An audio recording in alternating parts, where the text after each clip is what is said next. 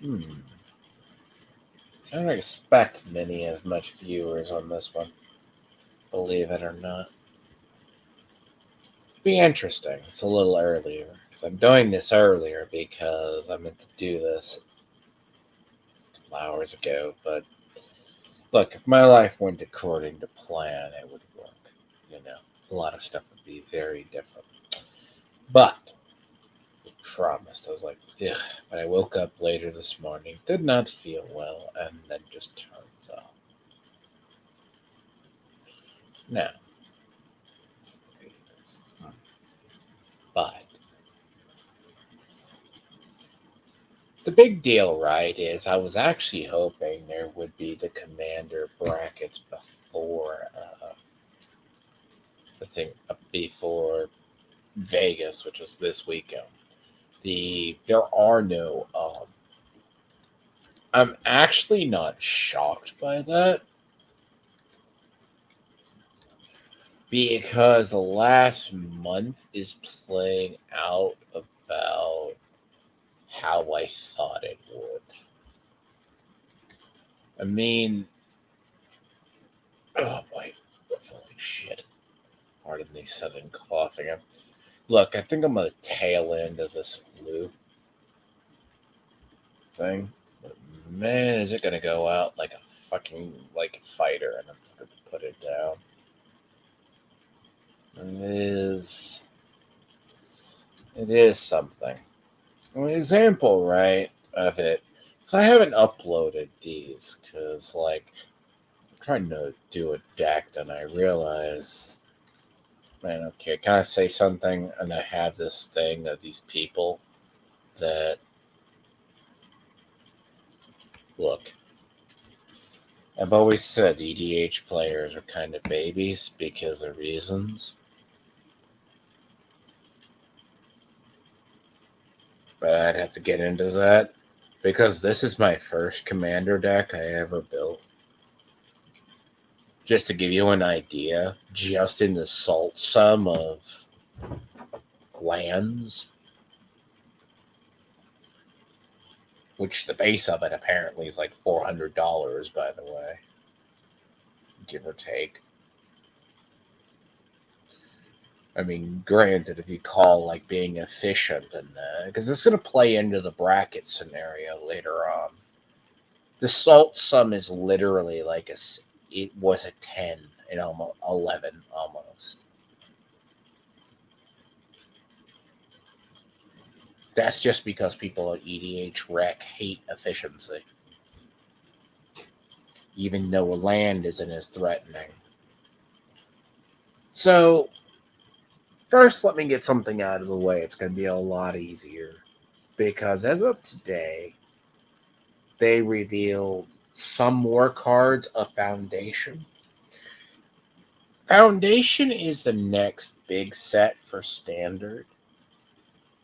And the thing about it is, that's going to be in the Standard for 5 years. Um, take it for what it's worth, right? Now, a lot of people are very much dismayed for some bizarre reason that Wizards doesn't have a Pioneer. So the modern. So basically, right, the formats for the RTC next season, next three, which is going to be over next year, is going to be modern, standard. Now, take it for what it's worth. I've been around Magic long enough to know when what you think is the next seasons, sometimes like 3 or 4, they would switch stuff up. I played the first modern season, then I played the other. Now, modern is um, Look, and technically a modern RC, a modern RTQ. Look, um, modern as a format is worth its own discussion at some point. Just to say, like, modern is what Pioneer is now.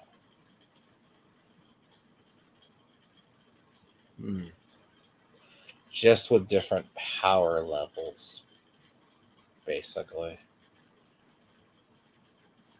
It's more of a contained box. Um, Top tier modern is pretty cutthroat. Wow. Grim Tutors are still. God. You know what? It's funny when I built my Tron deck side idea. Everything went up in Tron after. But it's funny when you actually look at what stuff is.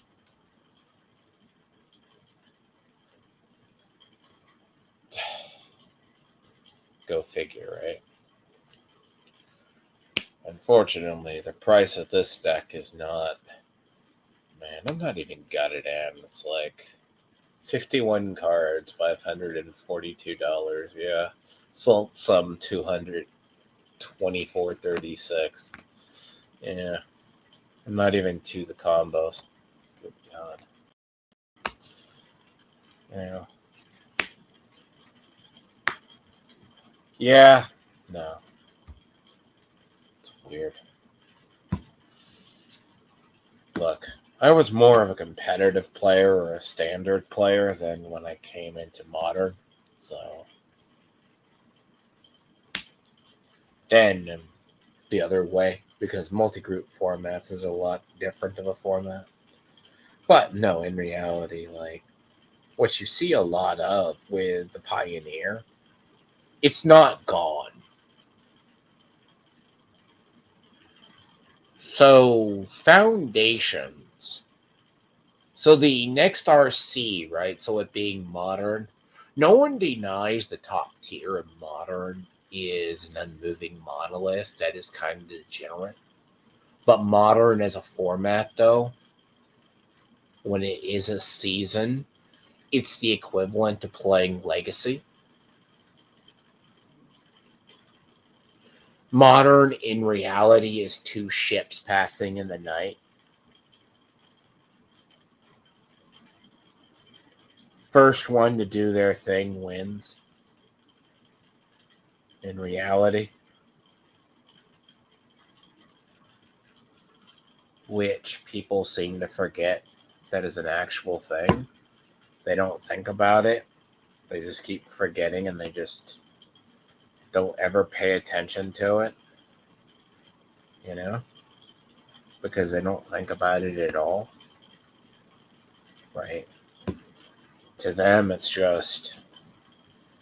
And I'll be the first to admit that because, see, I'm a Tron player by nature.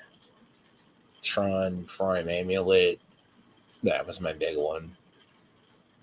Like, literally, like, you play good stuff. I think a lot of the decks I play is like, they called it Bolt back in the day because everything does. That deck is still good. I mean, Storm is still pretty much up there as far as. I never did that though. So a lot of my decks are good. Like, I was able to stay ahead. But Modern itself is its own. Like, I would be very tempted to play a lot of those RTs. I mean, it's expensive, but I do need to reinvest in my Tron decks, though. Only because take it for what it's worth, right? That when you get into it, Tron is still a deck. but I'd probably go e-tron. I have to look. But I think it's e-tron that is a better variant this season coming up. E-tron has been that better remnant of a deck that has survived over. Well, see, depending on the year, right? How it works is generally depending upon the season or the year, what actually works is like. This is what goes into modern. Modern is like.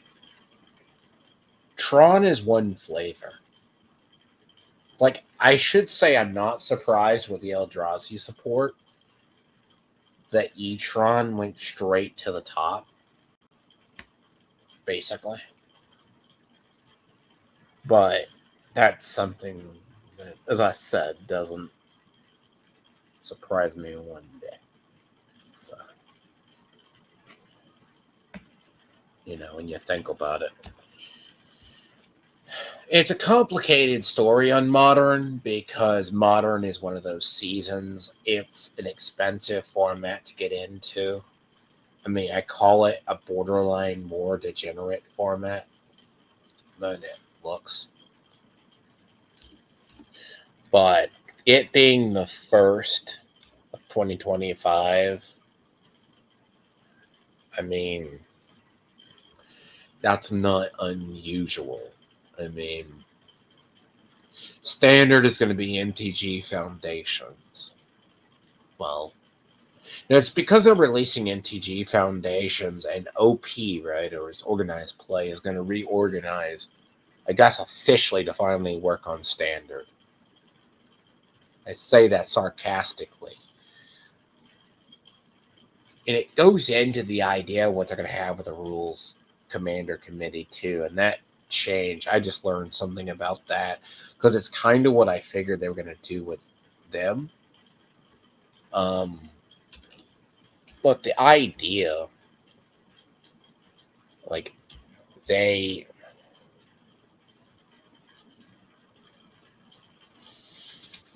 basically. So a lot of people are like, well, you're abandoning Pioneer. No, you still got MTG Arena. So go figure. You still got MTGO. You're not screwed yet. You're not in legacy territory yet, basically. When you're in that, you know it. When Modern got it, what's funny is when Modern got at its worst, it was actually abandoned in seasons because I mean, it was weird because to promote Pioneer, they actually had to suspend Modern.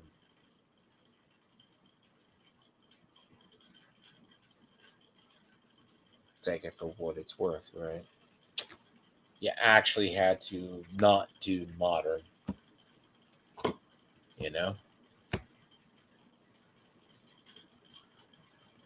You can only have, they can't exactly do a legacy event. That kind of has gotten, chunked out of the place. But here's the thing about that, though. This is a very simpler subject because I can guarantee you, with standard being 3 years, it's something I've noticed. You're starting to see people pick up standard. Standard should be the gateway product, not Commander. So hopefully, what would be by it'd be about Q2 of next year. It's going to be standard all year. See, I suspect standard is going to be dramatically picked up by next year. But Standard's really cheap, in a way. Unless you're trying to play something that's like really stupid. But Dustmorn has a lot of efficient cards. So take it for what it's worth, right? So Dustmorn has a lot of efficient cards. Like it's a one card format actually going up. It's one card, or it's like basically a group of cards driving the set.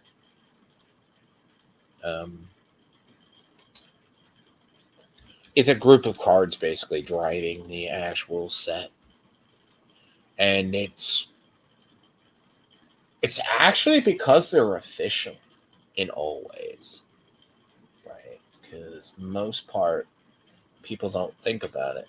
It's really what happens when you take a format that's weird and then you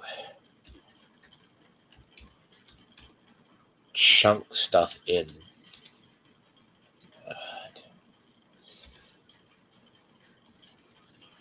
Basically, that's actually what's causing issues. Now, I don't think cards are going to get... I'm going to be curious because, granted, though, there is the risk that Standard will become cancer at some point. And they'll just have to do bannings within the next, 3 years? Or less. Because it was interesting how a lot of cards survived. Well, see, that's something I haven't... See, I sell cards too, so it's kind of like you can look at it. It's like Duskmourn is that weird set that stuff is good. It holds its value, but it fluctuates. Commander as a casual drives more sales and Eternal. Legacy and Modern are very expensive in staples. I mean, to be fair, right? It's just how the format goes. I mean, Modern is easy. Like, if I play Tron, I think I just gotta shove in for Chalice of the Voids.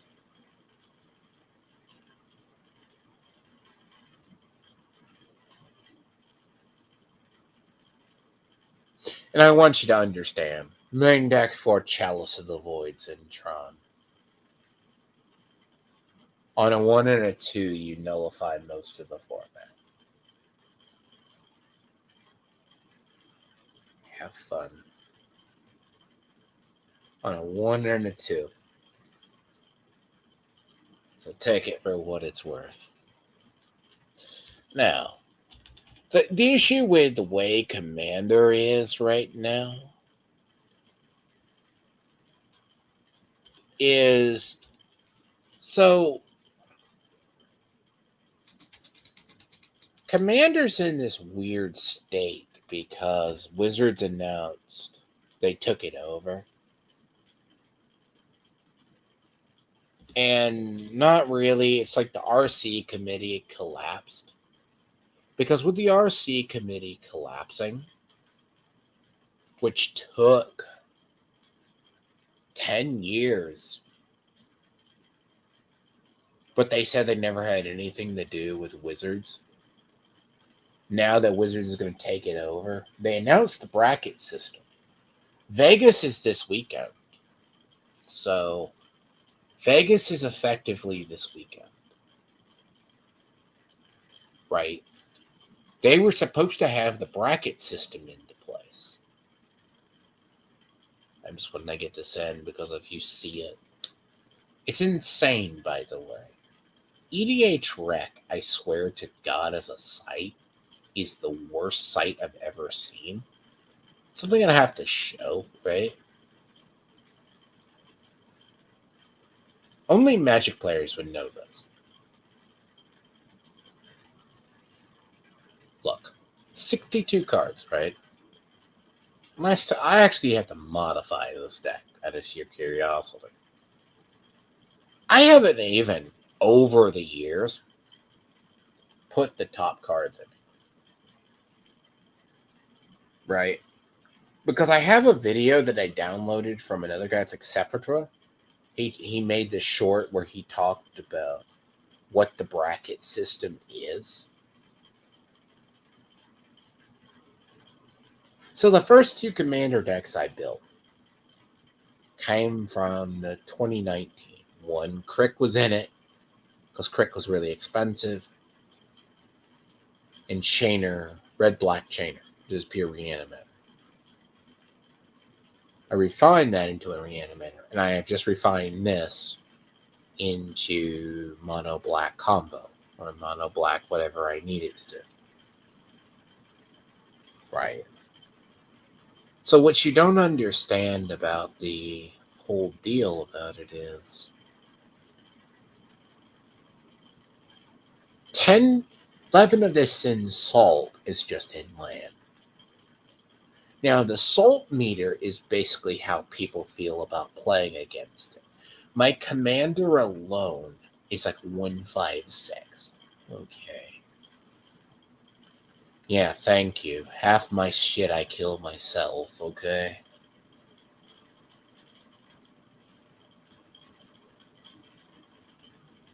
This is the very essence. Life is a resource. It's not a defense. I only care if I actually hit 0. Okay? Ponder that one a second. Yeah. It's actually a deck, too. I often have side options for.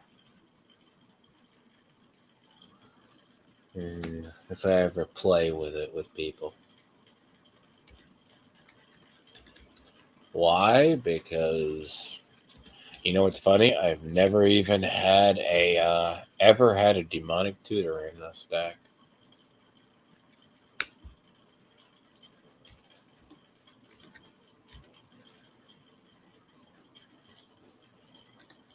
Which is hilarious. I've never had one in here.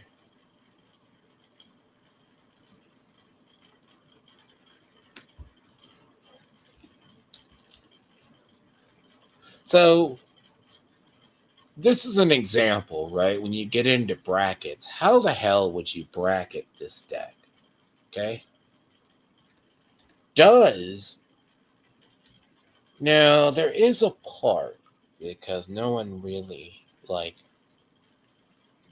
when you get into it, right?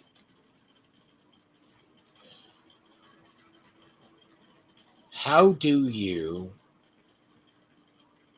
bracket out a commander?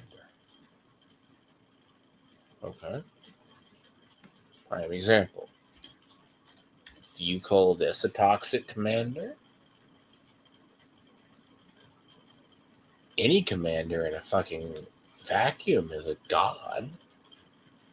You can take the world's shittiest ass commander deck, shove the right color combination of cards in there, and make a dumb combo. People don't know that. Now, what's interesting about this is, so you're going to tell me that because I play.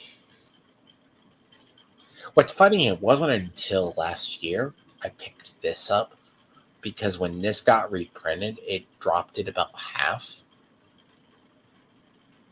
But see, here's the thing on this. I picked these up when these were $17. This up when it was $17.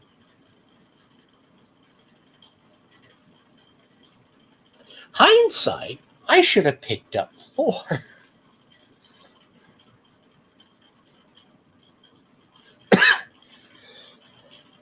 But that's why I kicked myself. Because about 6 months after that wasn't the great legacy buyout, but it was God.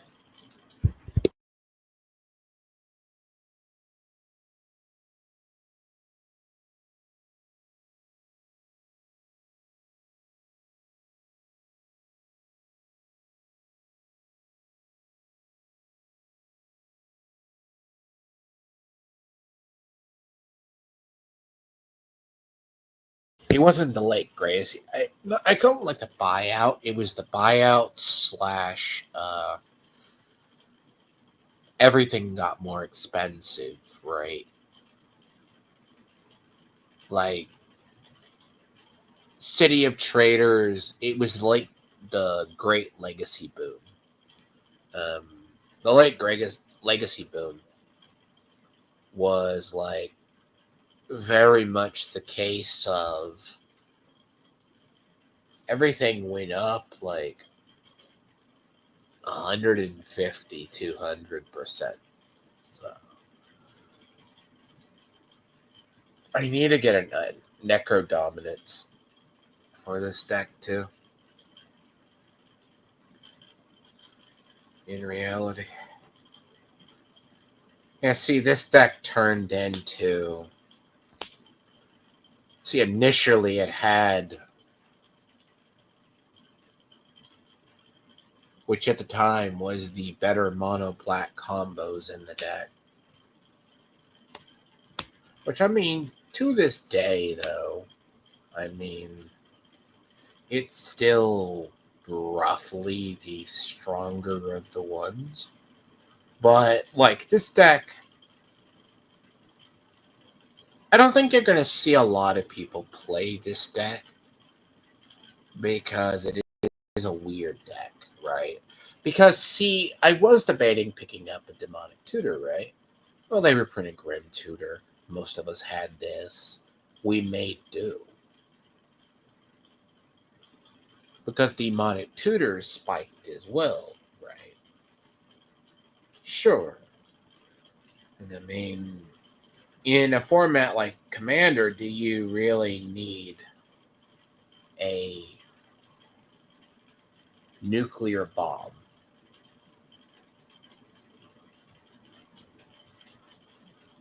Yeah, the answer is no.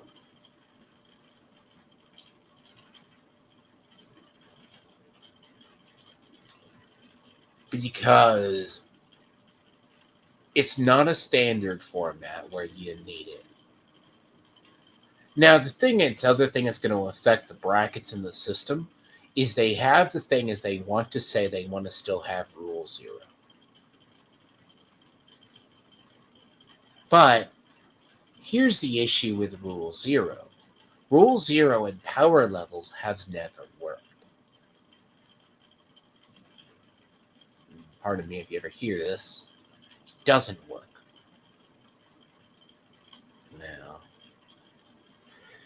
what this deck has slowly morphed into is just mono black good stuff with infect and infinite sack triggers.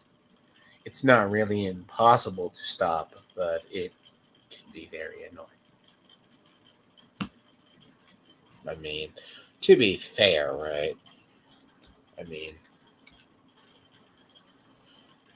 the question, what is life when you don't need it? Look, as long as you don't kill yourself in the process of playing, why do I care?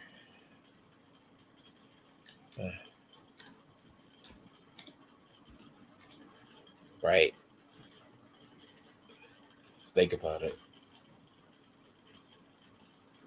See, when I started playing Commander, and this was way back before, I'd say like early, like you would take your identity. It's not like players also, it's a combination of can Wizards manage the format with properly? Because how I'll get to a video, it's short how they describe their format. And it's not that I have an issue with it, it's because Aaron Forsyth has been around a while.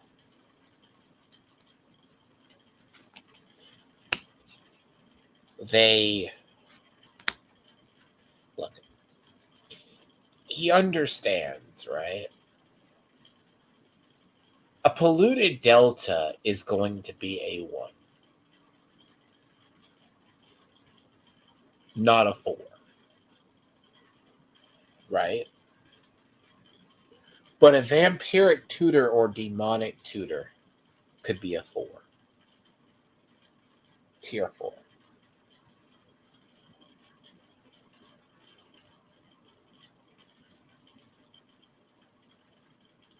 Due to its. What's funny is they put Armageddon right up there with. It's funny, I have never seen an Armageddon played. No, I could be wrong. Could just be a groups I've seen. Could be groups I've actually seen. But bear in mind,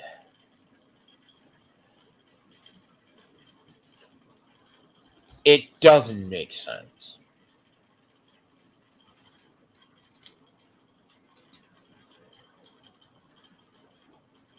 But see, this deck, for the most part, is just take black good stuff and you get the deck itself. I mean, it doesn't change. Think death triggers, think draw, think the things. I don't even have to play Tigrid in here. I have Tigrid in here for flavor. That's about it. Not even a vital rule. Honestly, I just took this deck into having... See, there is a card that I want, but it's just been very expensive and I just haven't justified buying it. See, what's funny is he said Sanguine Bond and Exquisite Blood might be a 2 or a 3. Right. There's another card very similar. Now, Bloodletter of Asphodel, because it is in standard Razakaz, is this one. It's the same thing as Thorn. Right here.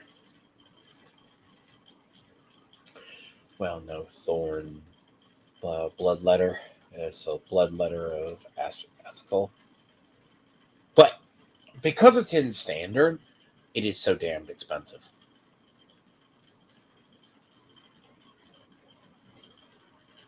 It's Exquisite Blood on steroids. Right? It's basically Exquisite Blood. Now, I want people to think about that. Some cards are not as strong as in a package, right? If you think about this deck has a tendency to kill itself as much as actually before it kills the opponent. Which is very interesting. I turned it into very much a Phyrexian center deck. It just has things in it. So I replaced one of the win conditions with Infect. That's probably why a lot of the Salt score is actually so high. It's not as much the death triggers as about as much as the... Strangely enough, it isn't even the death triggers that actually cause the issues. It's not even the combo, right? I mean, you gotta understand, it's in Commander, it's not as much of the combos as the cards in tandem. A card can be a nuclear bomb, but it doesn't act like a nuclear device by itself. It can be the plutonium in the bomb, but you still need the mechanism on the outside to make it explode. Pardon the analogy. that's kind of how it works. You need the mechanism around it, if that makes sense. And this is what they're going to have to grapple with. Shit. Because I'm debating on adding, I want to add Shelob to this, actually. You know. Shelob's funny, but I don't know why I put a chainer in here at one point, but I did. Basic chainer, yeah, which is weird. The idea in this is I have enough life that it isn't a issue of, oh, by the way, Tony, if you want to clip this, this is me pouring out of a thermos, jackass. Same with you, soybeans. Now go happily fuck yourself. Good. Now, but here's the thing.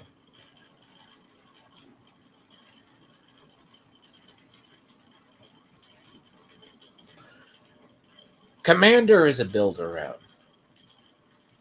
And this is something they need to understand with the bracket system.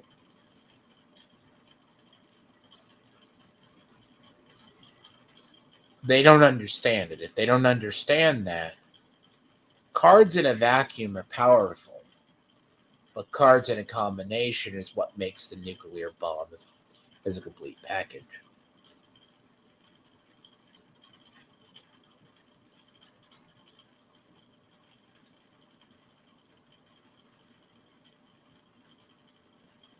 Prime example.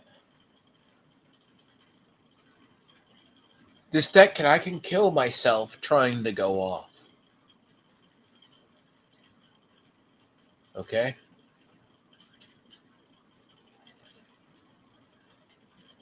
It can be done.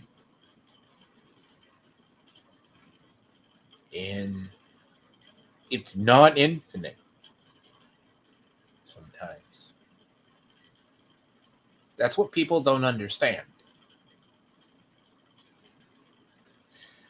I kill myself with this deck as much as I can kill the damn opponent.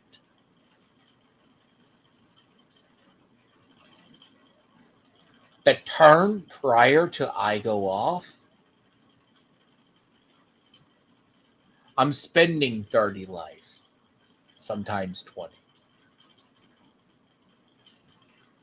of my 40.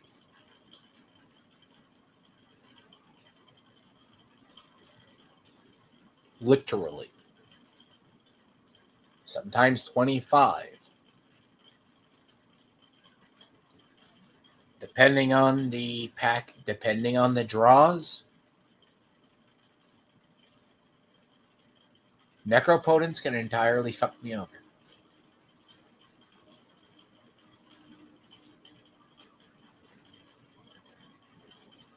There's times I'm only kept alive by this. And what's the other one? This. Why is that? Because Lifelink and Vampiric Link work similar. It is the only thing in the game, one of the few, that... What's the other one? The white enchantment works the same way. Like, there's a time, like, if they kill Crick at the worst time, I can't come back. At least a little while. But I play to have fun. Because what's funny about this is, because I've evolved this deck over time. And to be fair, you wait on reprints. You sometimes get cheaper. As I said, they say Grim to... How would you bracket out? How do you say of Salt 10 of it is land.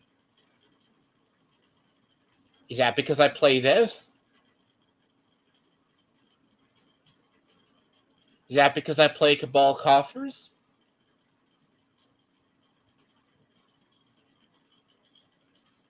Is that because I play Nikaitos? Or Niktos? Which should always be in any deck that plays Devotion?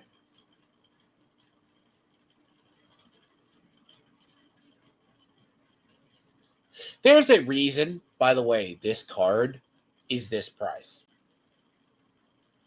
By the way. Because of every single tournament format it's legal in. Just to give you an idea. If there's Elf Ball, like I think this was a prime example in Pioneer why Mono Green got feared. But bear in mind, how do you bracket out Standard? I mean, Commander. It's the same reason I play this. Right here. That. See, I want a Grim Monolith, but this works just as well. Like, if I want to just Commander or proxy it. I mean, I can't foresee myself spending $400 on it. And never to play with it. This is roughly the same thing. I mean, for the most part, I treat life as an object, so this is a deck. I mean, granted, I'm a red, black, and blue player, so go figure if I'm going to not really proportionately treat life as not a resource. It doesn't take into effect of we always kill ourselves to aid them play, as long as the right players don't matter as much as we even. Black players, usually everything comes at the cost of playing life, so. And to be fair, it's always very, very, very. I was actually surprised how much glistening oil at one point went up. For real. It's one of those weird ones when you ask why it goes up like that. It's like I do want a Bloodletter of Askigal, but at the same time, I also realize I don't need it. I mean, I bit the bullet and actually got like basically the infinite tutor on a stick, so which is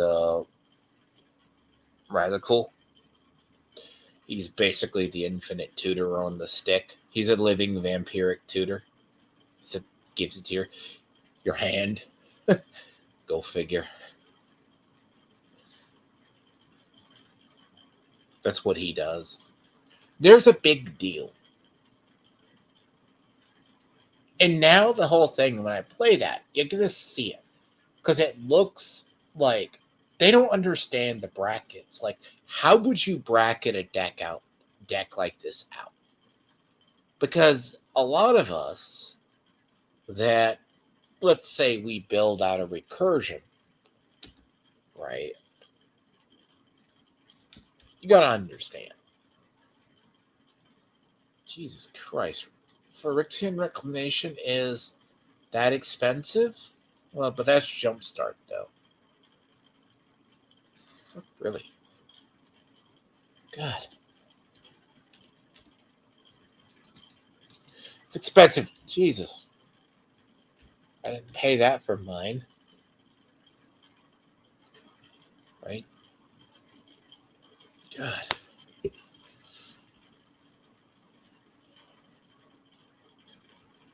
So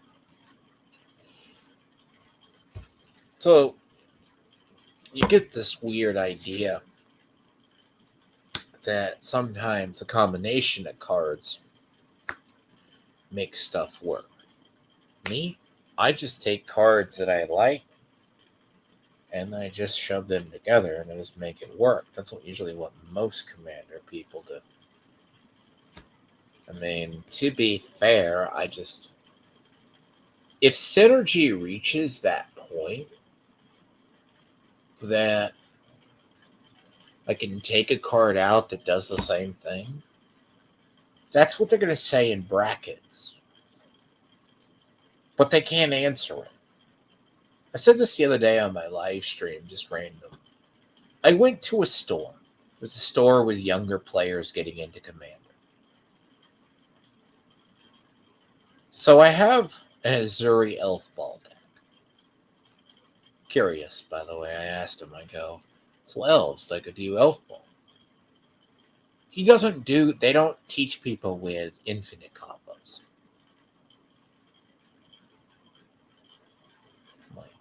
I asked him, curiosity, not to sound weird, why don't you do infinite combos?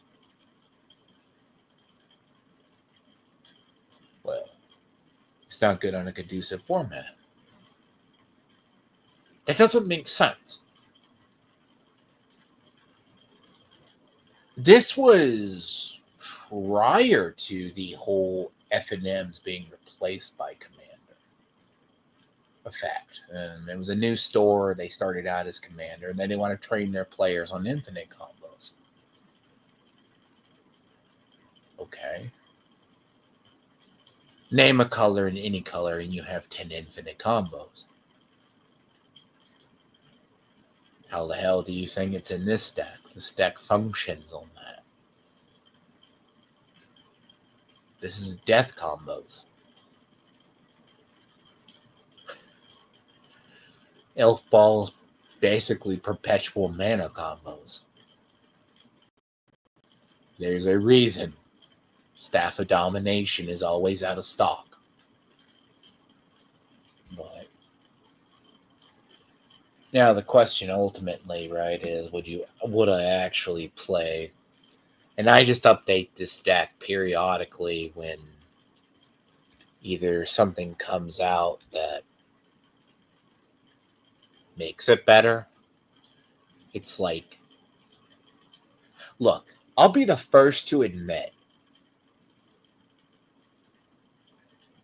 if they unban Yawgmoth's Bargain, he would have been in here in a heartbeat. The moment that gets unbanned, that is a $50 card.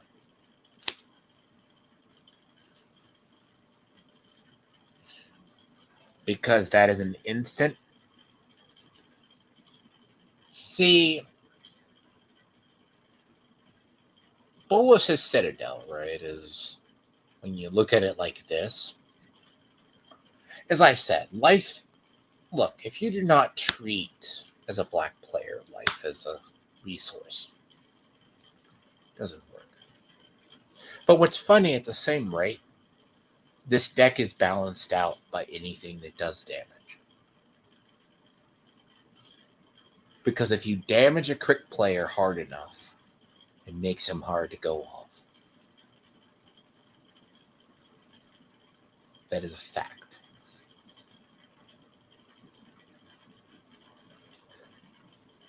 That brings me into the discussion of how are you going to rank commanders? So if you take EDH Rec, right, you're going to have to get rid of the top partner commanders. Like it's like Tyrell, it's black, and then the Merfolk. You're going to have to get rid of them. You're going to have to instantly shove them into tier 4. Because anything that's borderline CEDH is tier 4. So here's the thing about here, which makes this very interesting, right? Because you'll see some card choices I use. I didn't pay half this for that.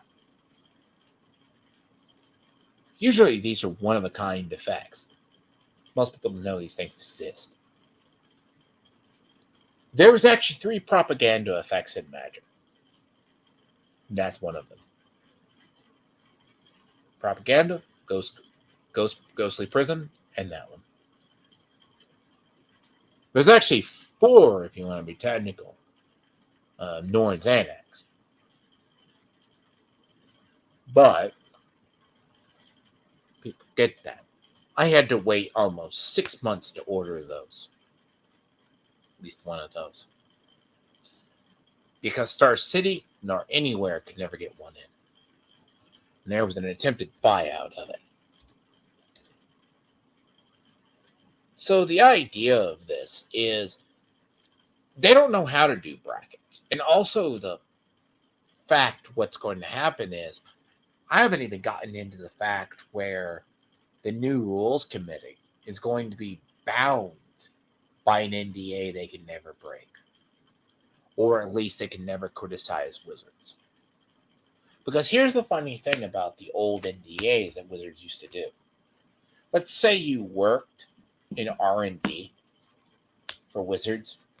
You couldn't play Magic competitively for almost 2 years. It was like a year or 2 years.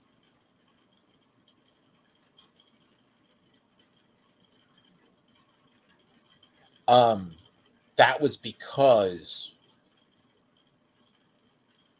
I forget how it was, because it was pretty like at least a year. And then you couldn't like talk about stuff. Because I forget what the old period was, because what was funny about the design is you knew everything coming out. Right. Because you actually knew about it. Which, believe it or not, but compared to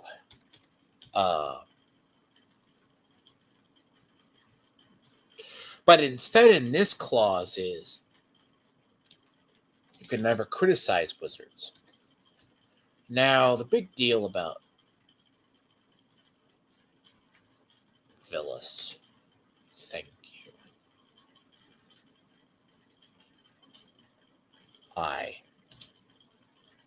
Yes. Unironically, a weird commander card, but it actually works.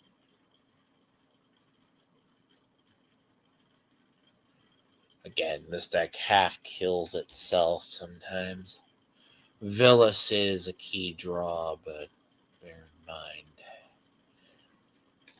See, I debated on putting a Necro Dominance in here, basically.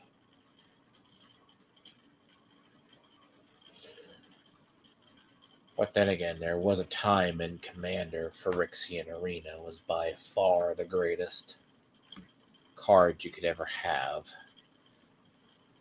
You can tell this deck is a relic of that time period. Believe it or not. Tell parts of it are. Because it's a relic. Crick is no longer the boogeyman in the fucking corner. It's up there, but it's nothing like it used to be. See, I want to Shieldred the Apocalypse, but I'm not shelling out. I'm literally not shelling out $80 on that card. I refuse. See,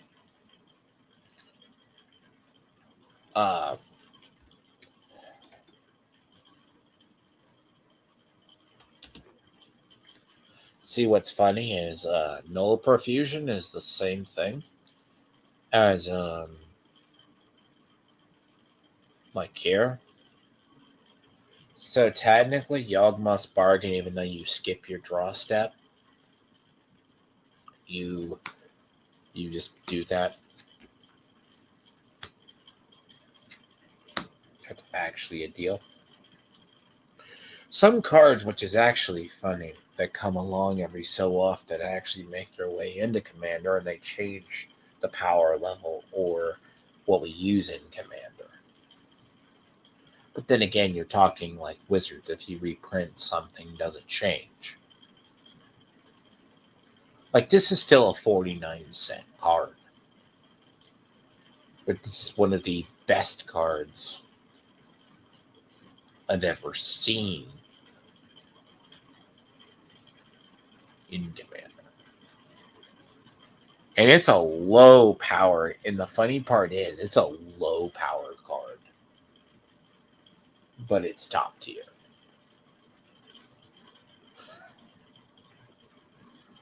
So take out the ugliest creature at the table.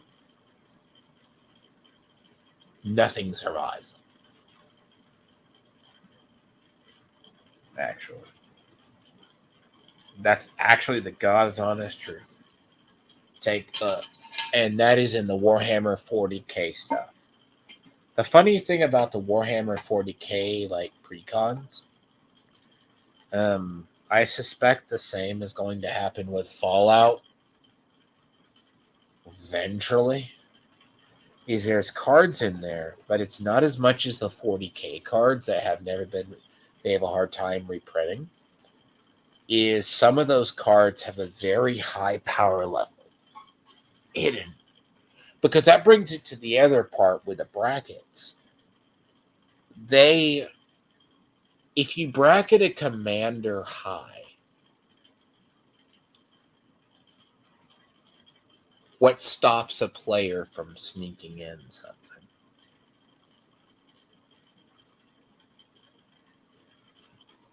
Because if you're talking an organized play, right? And this is a big deal about Wizards. The dirty little secret about Wizards for the last probably 6 years is their organized play has been shit. Ask stores and ask players. Like currently, I live in the Dallas-Fort Worth area. That's where I've lived most of my life. We have not had a Star City in nearly 2 years. At least going on a year. And we were twice a year. But they took over what is currently the current Pro Tour.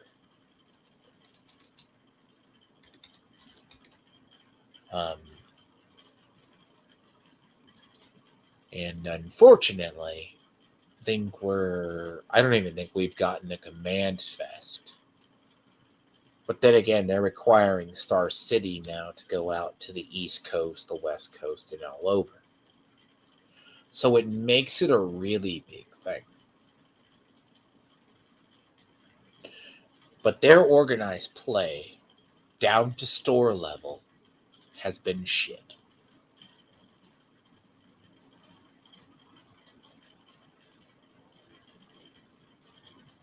Again, I don't blame Commander, but I blame the casualization. There has been cards released that should be easily staples. But due to the format and due to stuff being the vacuum being sucked out, because there's no format to play it, they bottom out. Half their products are bottoming out because you don't have a format to play them in.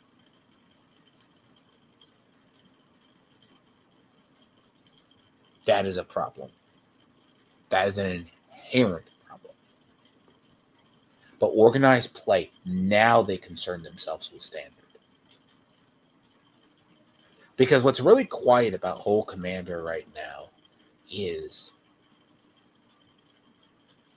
they did not want to address the corruption in the rules committee. They did not want to address that. Command Zone is as responsible for breaking the format as it is promoting it. Wizards has no idea how to fix the format. But what I should play is, I'll get to it. It is a really interesting thing when you're talking about balancing a game. So find out where do I need to find the file that I got that in. Play this so people see it. This is what? Let's start. So this is from the first, right? So, okay. I am vaguely familiar with one guy here, but I do not know who he is. He has been at Wizards a while.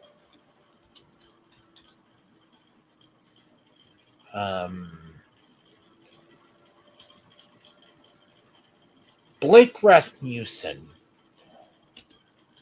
has been at Wizards for... He is Magic's communication director. Now, he has been over a bunch. A Wizard employee where he served, he was a daily MTG writer from 14 to 18 before a full-time job. He was an editor-in-chief, mainly in coverage. This is how we knew a lot of him. Now he got moved to senior communications director, roughly. Gavin Verhey has been with Wizards a while. Aaron Forsyth is one of Magic's old heads. He's been around for a very long time. Gavin, the thing about Gavin, right? Him and Rosewater have been around. What's funny about Aaron Forsyth, right, is he's one of the first Pro Tour players ever. Right? No wins, but it's fine. Gavin is, I forget what Gavin came in. Gavin Verhey, right? He was very weird. Like, he went straight from being, he was a subpar player, but Verhey became a product designer in October of 2011. Which, he's been around a while, but he made his debut in 2008. But he was a mediocre player. He wrote for Star City Games prior. Also, probably the reason why I dislike him too, he used to be over the MTG Salvation forums. That's its little shit show. So he was in the product of designing like a bunch of products.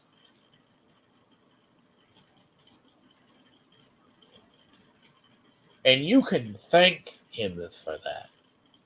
So, here.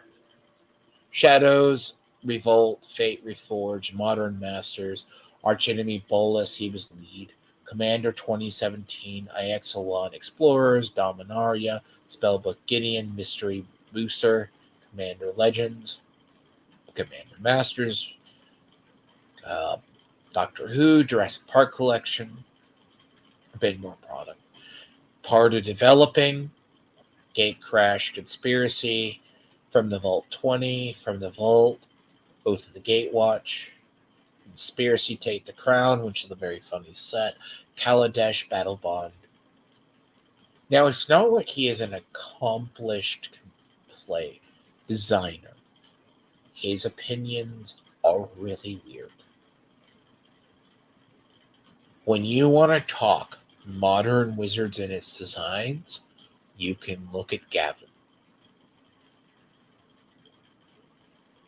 Aaron Forsyth is a very old head. He has been at Wizards for a very long time. 5th Dawn, 9th Edition, Guild Pact, Super Drops, Dragon's Maze, but he was like a little off. Commander 2014, he did Rise of the Eldrazi, you are talking a guy who has been here. Now, he is still at Wizards. Rosewater is still at Wizards. But then again, when I say Voorhees, he's interesting. He isn't my favorite because he doesn't get the concept of power design. Because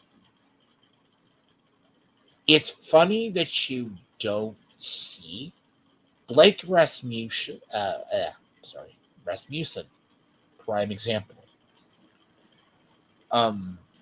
He was an event coverage person. Now, if you look as who he was, it's where he's been. 2 years, senior communication, Renton content, freelance writer, etc., etc. He's been around a while. But he made his money and he's been here. With what was announced yesterday, which is that the Commander Rules Committee has handed over management of the Commander format to Wizards of the Coast, the bracket system. So we have a graphic. So this is from the first.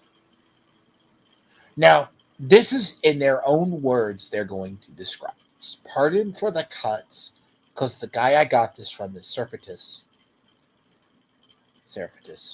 He cut this. Now, the thing about this is, it's not cut up disingenuously.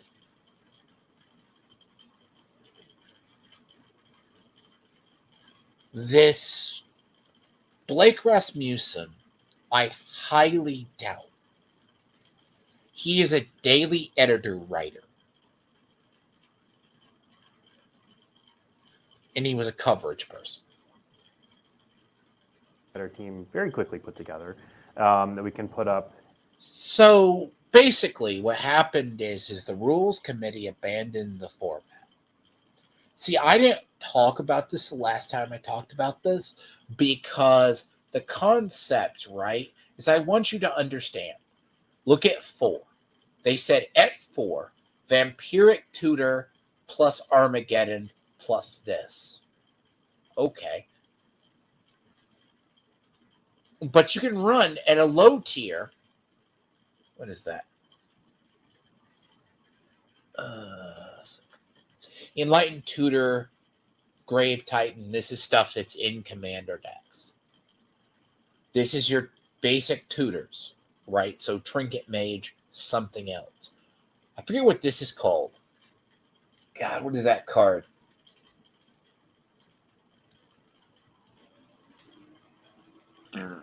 It's from my Ikoria. It is a very powerful CEDH card, but I cannot think of the name of it right off the top of my head. And I know what it is.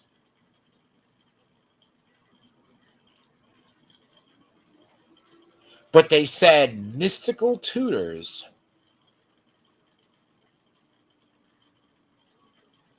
Let's say it was Ikoria.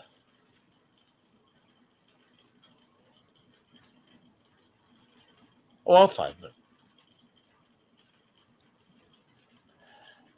But stuff like Hole Breachers are bad.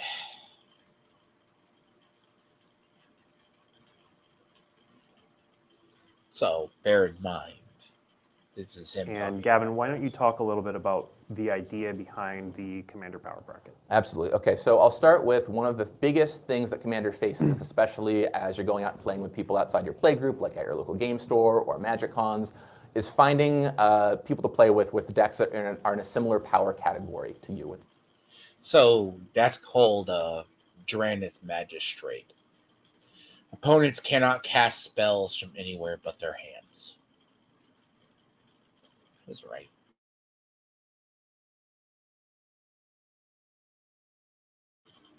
So the idea of the Commander Power Bracket system is as follows.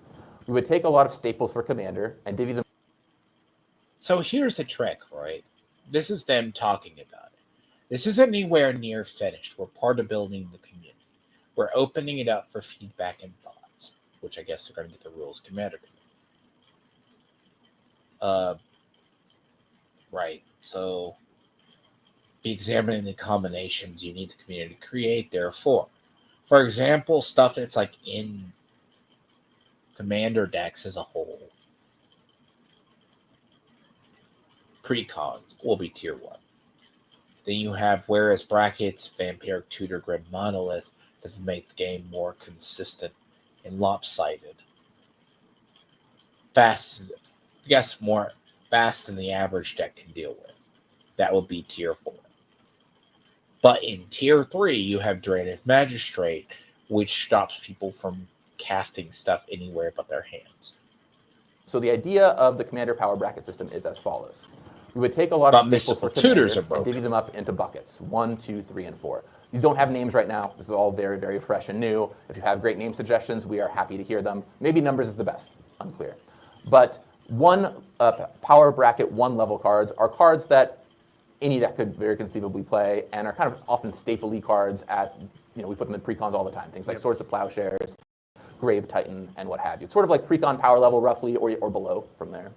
All the way up to bracket number 4, which are some of the strongest cards you can play in Commander and mini cards players don't want in their games, right? Like Armageddon is on here as an example.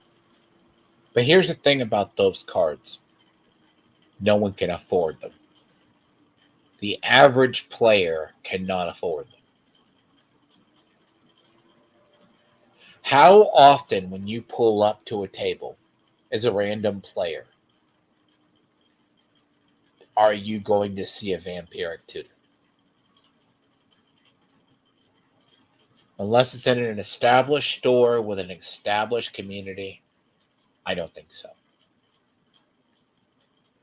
Unless you see a player like me who goes around and has been collecting or playing for nearly 15 or 20 years, you're not going to see a vampiric tutor. Stayed consistent about it. Demonic tutors been out of print so much, either they've been bought or sold. Unless you make it away and you go out of your way to buy them, they don't exist. In your average stuff. What's funny is there is at some point so much Commander product released, we can't even keep up. There is literal stuff, like me as a player, I have not been able to keep up with. Because in 1 year, they dumped almost 15 to 20,000 cards into the game. In like 5 years. Like 4 sets. Think about that. There is easily cards that go unnoticed. The average player is not going to be playing Armageddon or Vampiric Tutor. Because A, they're not going to spend that much. They're not going to be buying Grim Monolith. Look, let me tell you something. If you're going to buy a Grim Monolith, you're going to buy a gold border. And pray to God your play group lets you use it. To be fair, I would not play with a Grim Monolith in a store. Because that is a legacy staple. I sold mine for $80. Alright? Traded it $80, got stuff out of it. This was before the legacy boom and the reserve list buyout. That shit tripled. It has done nothing but go up and sit at about $400 for the last 5 or 6 years. Consistent at the same price. Now tell me a person like Gavin thinks that's just going to show up at a table. That doesn't show up. That is a card that is generally not super fun for a lot of people if it shows up in a game, but some people in some tables do enjoy playing. Your deck is then defined by the highest power bracket card that is in that deck. So for example, on this list right here, if my deck contains a Draenith Magistrate, then it is a power bracket 3 card, unless it also contains a power bracket 4 card in there. Now, the system is not perfect. Nothing is ever going to be better than sitting down at your table and having a conversation about your game, having a conversation about what kind of game you want to play. Nothing can ever replace that. But what we found with the old power level 1 through 10 system, for example, is people like having something quick, easy to reference. Hey, what number are you? Now, the power level 1 through 10 system has a lot of problems. It's not been successful because, in part, first of all, the first 5 to 6 numbers don't really even exist. Yeah. Every deck is a 7. There's no immediate things you can point to in terms of cards and where they would fall on this scale. And everyone's This is where this part right here is where he is correct. This has been an issue with Commander for the longest time. Because of places like the Command Zone, other Commander channels just playing unrestricted feder access. Like, it's like if you look at like the Command Zone primarily, they have been responsible, Nitpicking Nerds, a couple of others, lists, they have been responsible for straight I'm not gonna lie, it's like been this weird thing of Ristic Study was shot through the roof. Every deck that's blue, Josh Lee Kwai plays in it. Ristic Study in.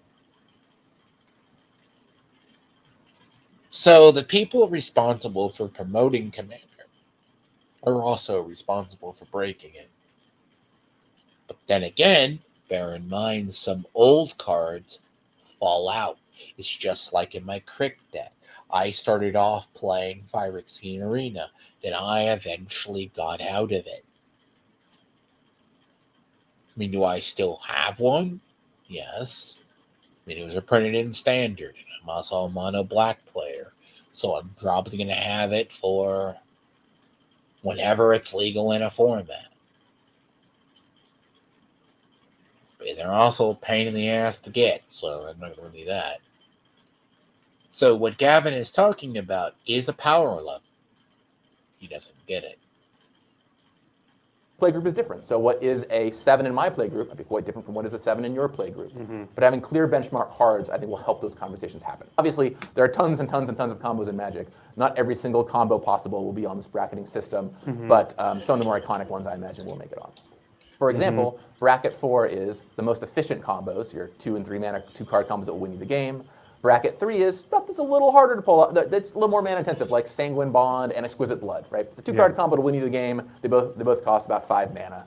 And then Bracket 2 is like probably no infinite combos, or maybe like 4 to 5 infinite combos are acceptable. But it's too early to know exactly how that's all going to shake out on this list. I disagree. For example, tutors, we saw Vampire Tutor on the screen earlier. Instant speed efficient tutors that are at that level will likely end up in Bracket 4 for the most part, right? 1 mana tutors, I would expect that Vampire Tutor and probably Enlightened and Mystical are likely candidates for 4, and so you could easily break down tutors in a similar fashion. But TBD how that's going to all play out. I want you to honestly look. Aaron Forsyth, right? Now, because he's older, looks at Gavin like he's full of horse shit. Like he wants to say something, but he can't. And this is where I was like, Gavin is probably going to say something that's going to contradict him.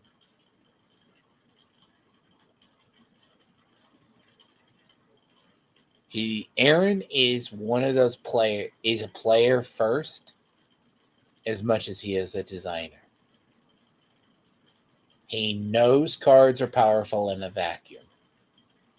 Go back and look at the sets the man worked on. Okay. Aaron, when you think about the bracket, I don't know who's watching, but if you're Stray Beans, hello. Hi, Sandman. Go suckle Dane's dick for me, please. Stray Beans, if you watch what you clip. No offense. I do this periodically because I lace it. But Aaron Forsyth, right? So that's Gavin's. But see, this is the base he does. But he was going to say tutors. Because remember what I said earlier. So if we synergize our decks, let's say I have a zombie deck. Because I have a tier 4 card in there, my deck is tier 4. Even though the rest of my deck is literally a tier 1.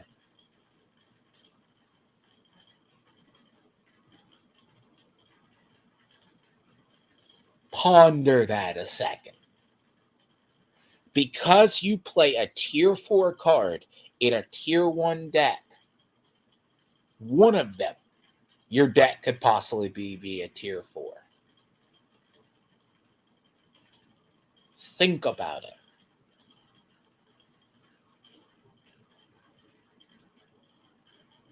This is where the power bracket system, we have no idea how it's going to align. Now, I don't know how long it's going to take them to do this, but it was supposed to be in place by Vegas, but it isn't.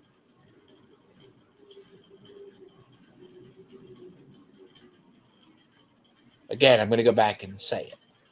People like Gavin think Commander players buy Imperial Seals, buy Vampiric Tutors. They own Demonic Tutors. Personally, I haven't owned the Demonic Tutor in almost 4 years.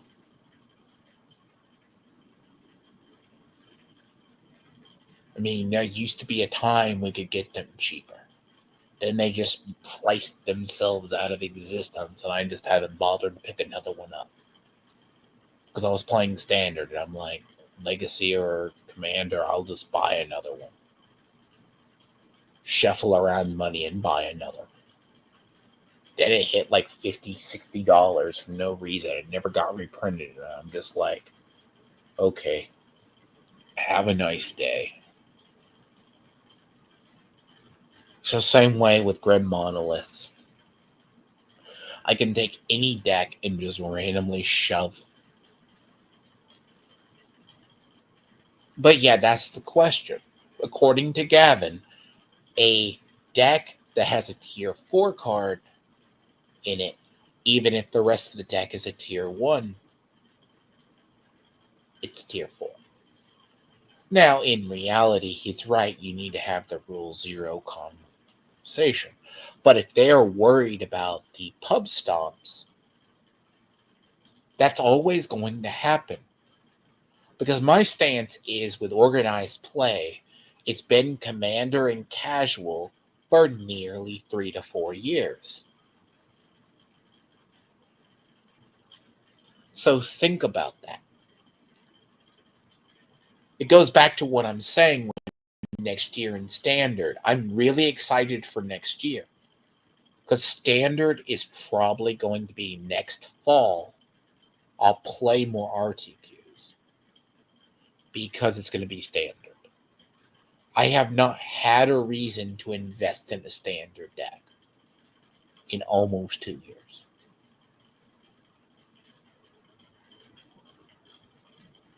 They haven't cared about it. Now, apparently, they do. So, Aaron chimes in here. Do you envision them being strictly lists of cards or sort of philosophical definitions of what play looks like there? I don't think in the middle and at the bottom we can make lists. Because we would have to account for every single card in the game or... This is Aaron's. What Aaron said is he says it's impossible.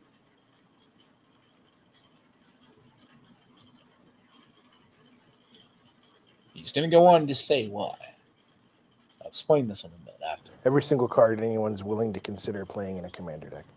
The top, I am more hopeful that we can be a little more concrete about. We will not be able to capture the ball to the point about combos. We cannot. I don't think we should be putting cards in brackets based on their worst case scenario necessarily all the time, especially when they have fair uses that people enjoy. Sol Ring is not going anywhere. I would expect Sol Ring to be kind of, almost. That's a controversial opinion, zero, according if to that some. makes sense. It Sure. is just like such a foundational thing that everyone knows and loves. It would, if it were any other card, show up in a higher tier, but every Commander deck can have a Sol Ring. Polluted Delta is one of the most powerful Magic cards ever printed. it'll be in bucket 1 as well. So it's not just going to be a raw power indicator. We're not bucketing cards just on like how powerful of a magic card is this in a vacuum. What are your plans for developing and constructing this bracket system for the future? Yeah, well, as I mentioned before, I want to work with our community group on it a great deal. We've been doing some I'll work have to stop already it with right our here design after team to this. kind of figure out where we think cards might go, but ultimately involving the community is going to be a big piece of this. So if you have thoughts, please send them our way. Like, I would be happy to hear them on social media, and our Discord is a great place for them as well. But getting directionally about right on where we want to go with everything, and then rolling it out, and then even fine-tuning it over time based on your feedback is going to be critical. And the nice thing about this is it's pretty easy for us to move some stuff around with proper communication. Now, very short. Stops right there. It's the idea. Aaron knows when you release a lot of cards. It takes one card can release. Let's say you release a card for a commander. Because there's a dark side that will happen if they bracket power it. There's a lot of people who play Magic casually who are deceptive liars. All they care about is winning.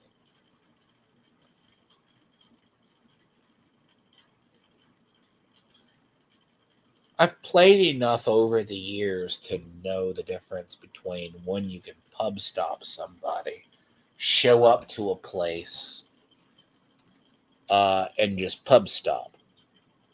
Shit happens. Be the guy. I was kind of that guy at one point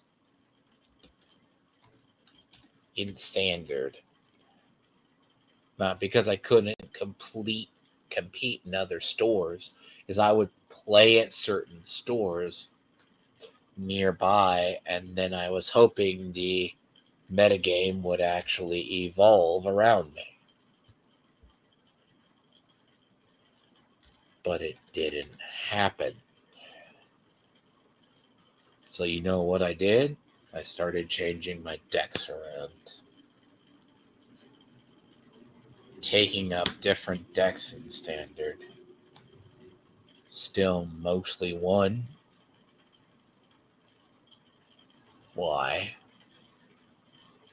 But yeah. But it's the whole thing is, what's funny is there hasn't been, since the first, any news brackets on the updates.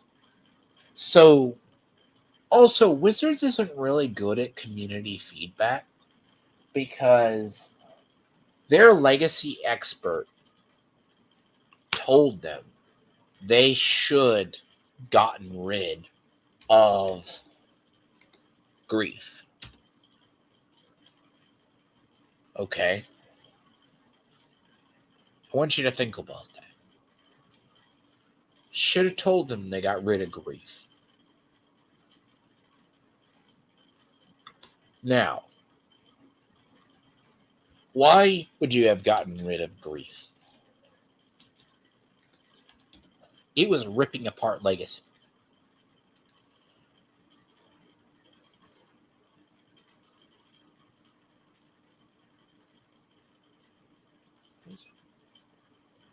Grief was ripping apart legacy. Right? It was ripping apart modern. It's funny, it's how it's set at $5, but that card was ripping apart modern and legacy. It would be, you would do something with like Force of Will, strip cards out, and then recast it or revive it.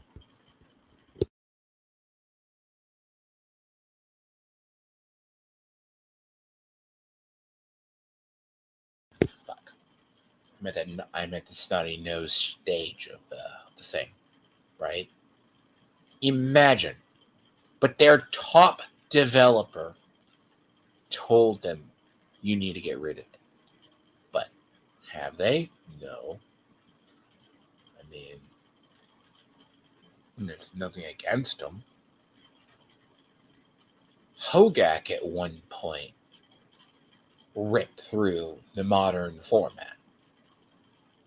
I mean, you have to have a deck literally rip through an entire damn format to cause an issue. But does it? Probably not.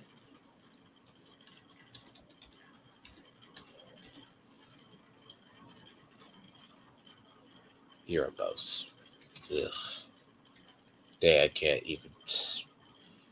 Yeah.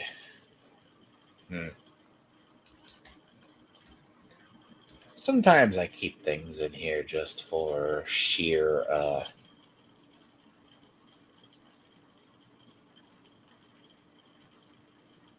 what's funny is a lot of these, it's pretty funny. As I said, this is one of my pet decks that I've never. It's like I buy cards for it, but there's not much I can do with it. I mean, it's also not a fun deck to play against, so it's up there with my Chainer, red-black Chainer. Not one of those ones. I mean, it is definitely Chainer Nightmare Adept is a red-black Reanimator deck that I don't even play Rice from the Dark Realms and I still have efficient reanimation 10 ways from Sunday. It is just pure weaponized combo regeneration. That I can play both Grey Merchant of Asphodel as well as Fanatic of Mogus. Take your pick who you're going to wipe the table with.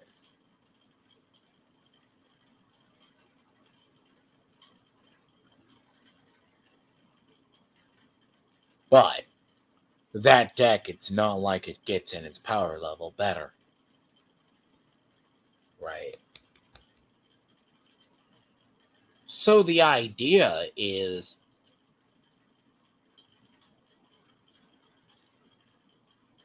by Gavin's own definition, with the combination of cards like I use,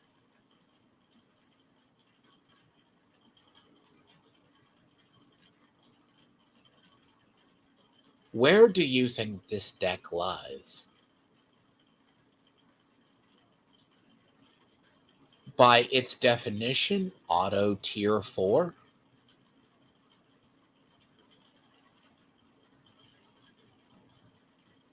Right. That's where this deck is auto going to lie.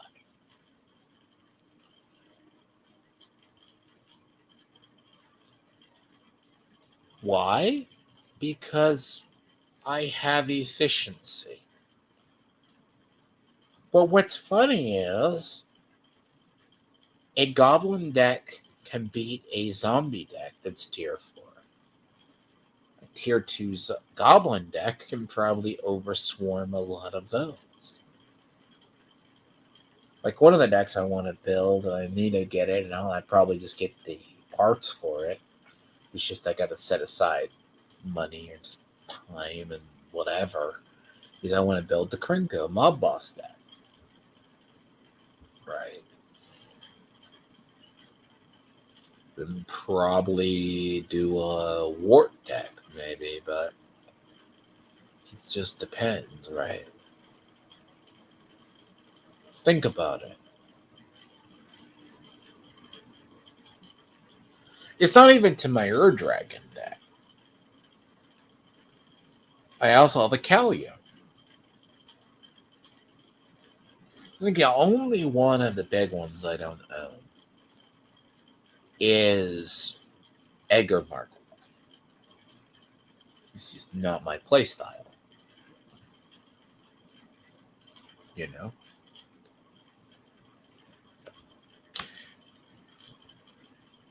Let's assume I go generic good stuff is what this deck is. And you know, I want to... As I say, a lot of this is just synergy. I have stripped cards out of here because of synergy reasons.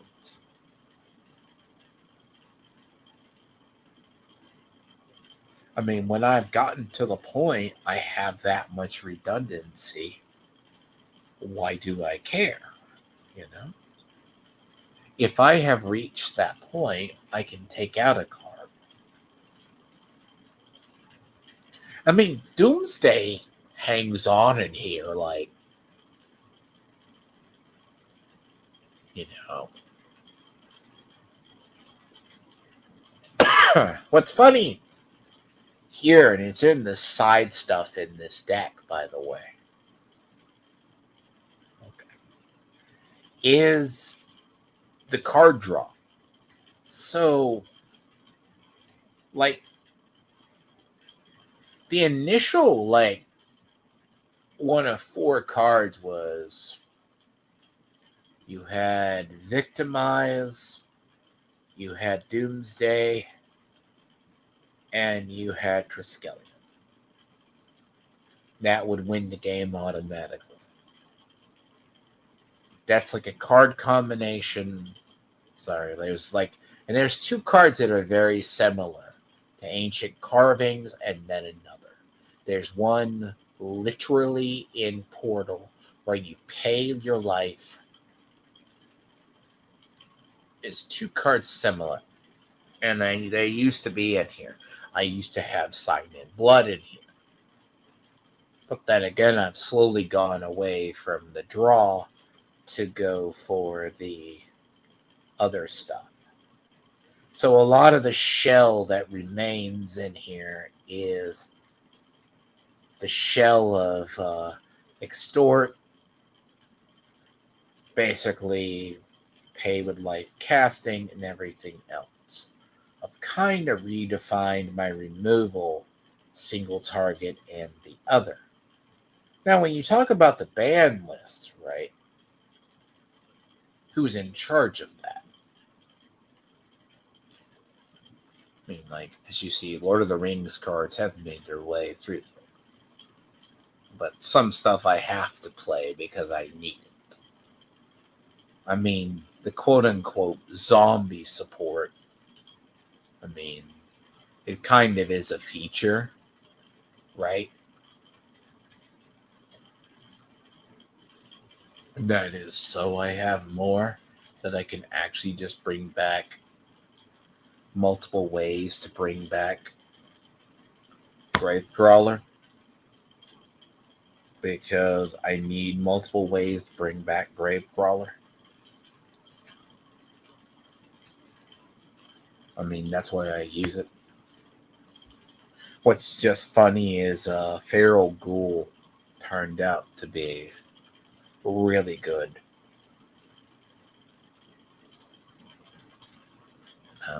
Some cards I have liberty to play with.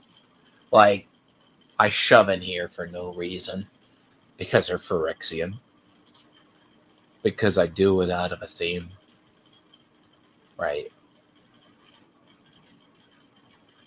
Because I'm a Titan player, and I mean Tron player, I have Worm Coils, so I took one out of here. Look, I have Tigrid in here. And trust me, Tigrid was talked about being banned in Commander because it's cancer.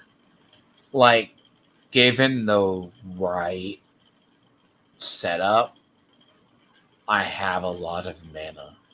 Like Gix, Priest of Gix.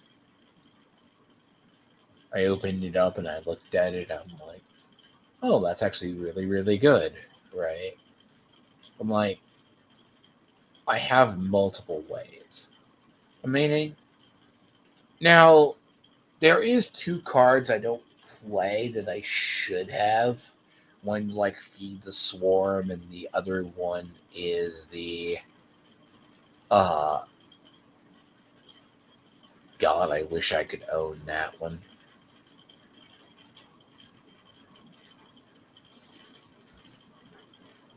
Jesus, I could imagine. That has to be one of those really special ones.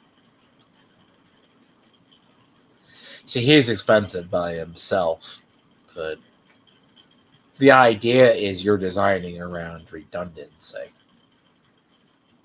See, like when a card is reprinted, it actually um,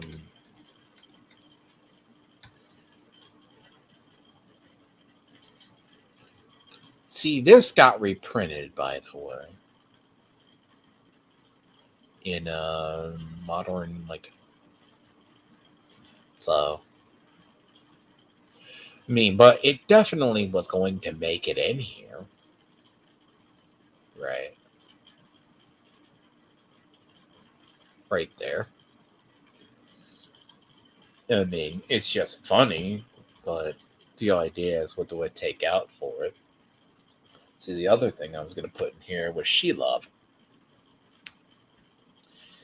A lot of cards I have in here for shits and grins, to be honest. I want to do both Shieldred and Shieldred the Apocalypse, but, you know, that's what I want to do. But, as I stated before, Shieldred the Apocalypse is a... Literally, I have a Chainer Dimension Master in here just for the sheer lulls of stealing people's creatures. You know, like I have both Erebus and God Erebos and that as a card draw as well as those. They're roughly about the same. I mean, Draco Lich is about that. It's what's weird is like I'm gonna be very honest. This is overkill. Like, I actually, to my knowledge, even in playtesting, I have never had this go off. It's in here, but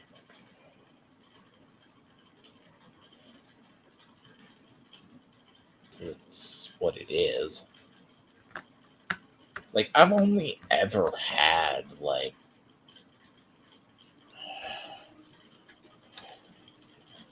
so Sheila, right? Let's see. Sheila.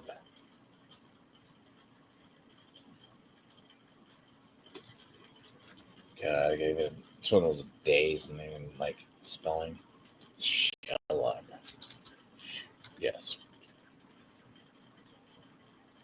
So Shelob, yeah. So the idea is there's two, right? So Dreadweaver, one's the other spider, one's a demon spider. What's funny, it can be played in both.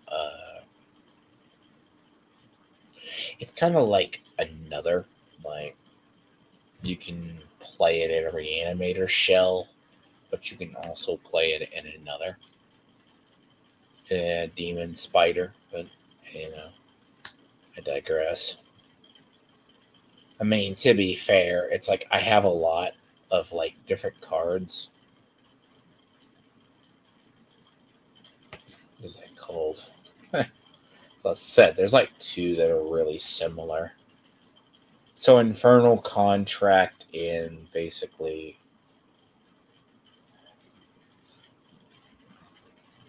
I'll know what it is if I see it.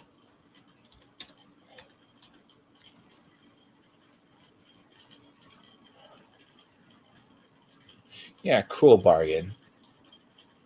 What's funny is both it and Infernal Contract are the same thing. But people don't know that. It's really hilarious how that works. They're actually the same card. Cruel Bargain and but yeah, a lot of this, right, is I could easily tone down power in here. Like I could just change out cards, which changes out the combination. It's like I think I bought like a nuclear fallout for this deck, but I've never really used it. I mean, and I went more of it. Like, I have several different packages for this deck. And this is what's weird. Because, like, when you're talking the absolute state of what Commander can be, you gotta understand what is the power level. Some decks have very deceptive power level. Like, to be fair, like, this deck is powerful as a prime example. But it's not until certain combinations of cards get into place is it broken. Right? Now, when you look at certain stuff, right, that's when you start getting into it. Now, are there certain card choices that I take liberties with? Sure, for reasons. Because I realize, like, honestly, I can take out certain cards that are, like, basically redundant.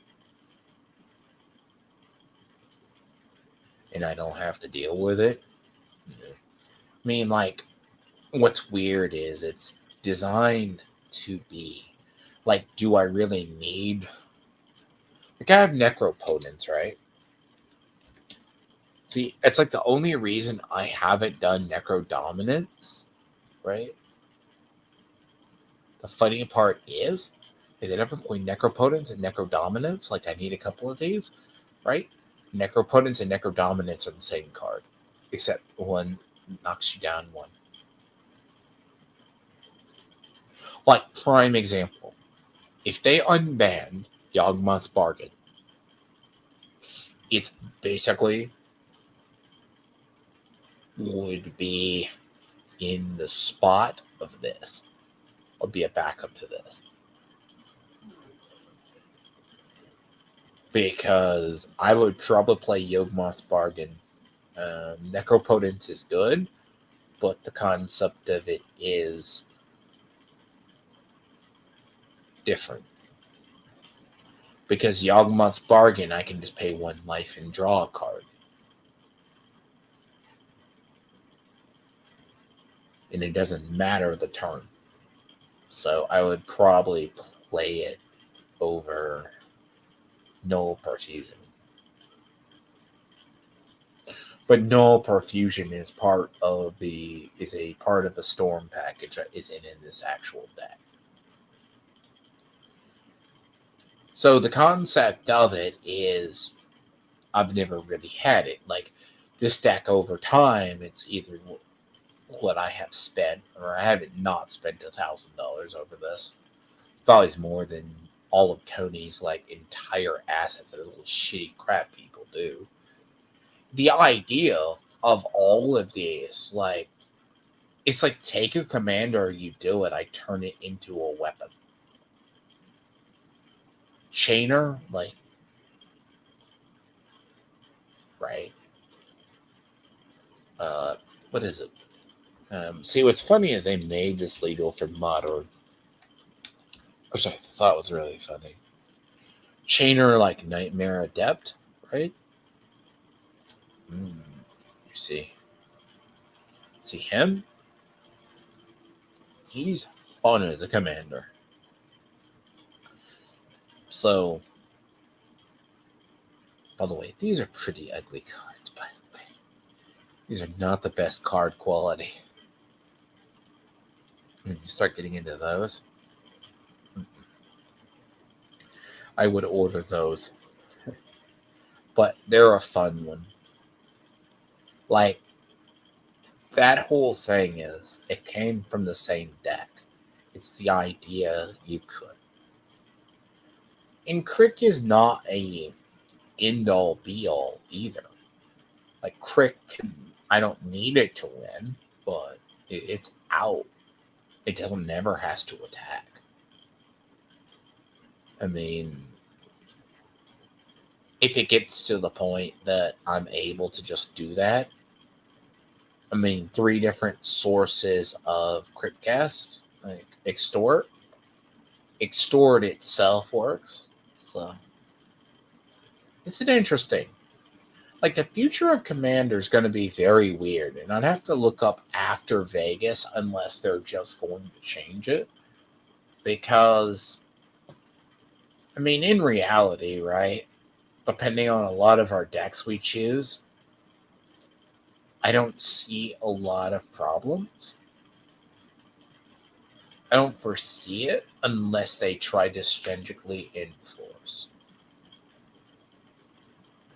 So it's really weird because it's like myself, right? I've just slowly evolved this into weird zombie sub theme with Phyrexians concept over went from the Phyrexian con. And it's funny how Feral Ghoul like is actually subtly good. That's a win condition unto itself. So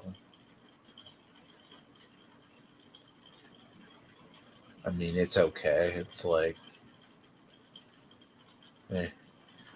what you're gonna often find with the future of Commander though is going to be like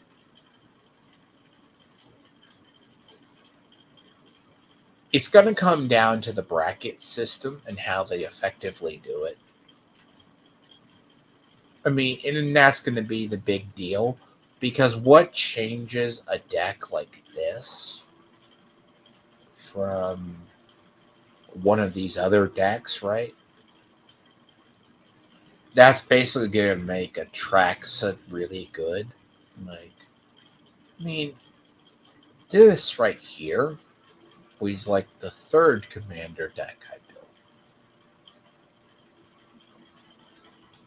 It's evolved since then. So Thassa's Oracle, does that automatically make it a super whatever card? Hard to believe Thassa's Oracle is that much now.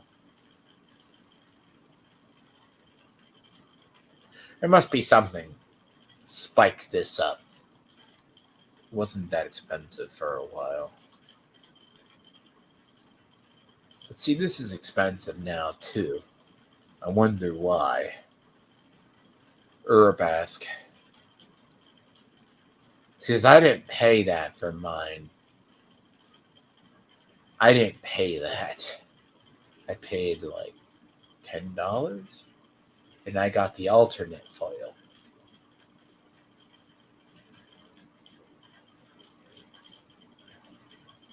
See, this has been roughly about the same price.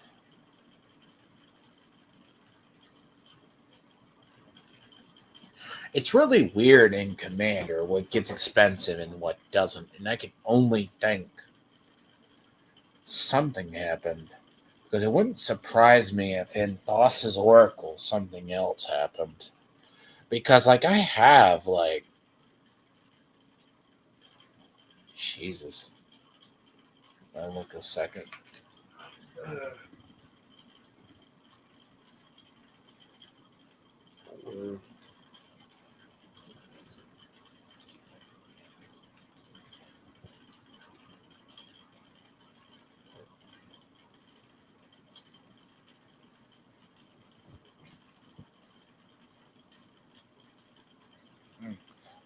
Honestly, if I check right, I have about 14 Commander decks. No, it's just randomly lurking. 16. 4 of them are the Warhammer 40k that I turned into something.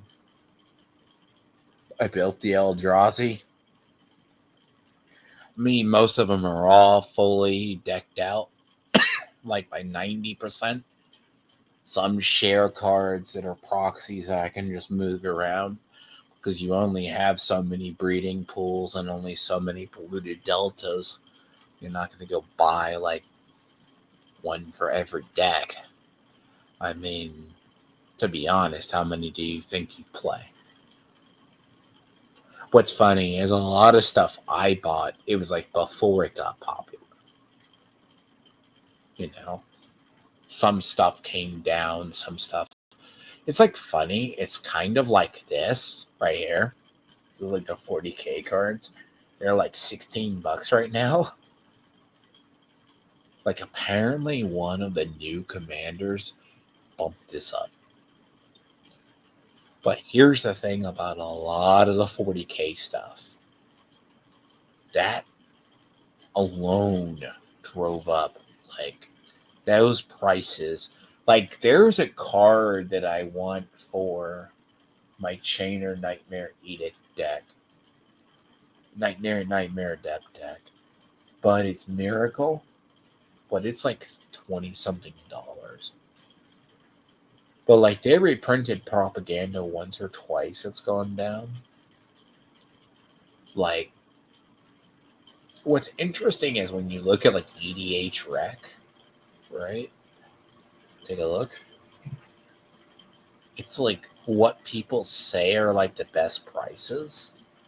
Like when you look at the top commanders, like I can tell you right now, right? You know what's funny? Because they're partner commanders, you see both Tenma and Tharios.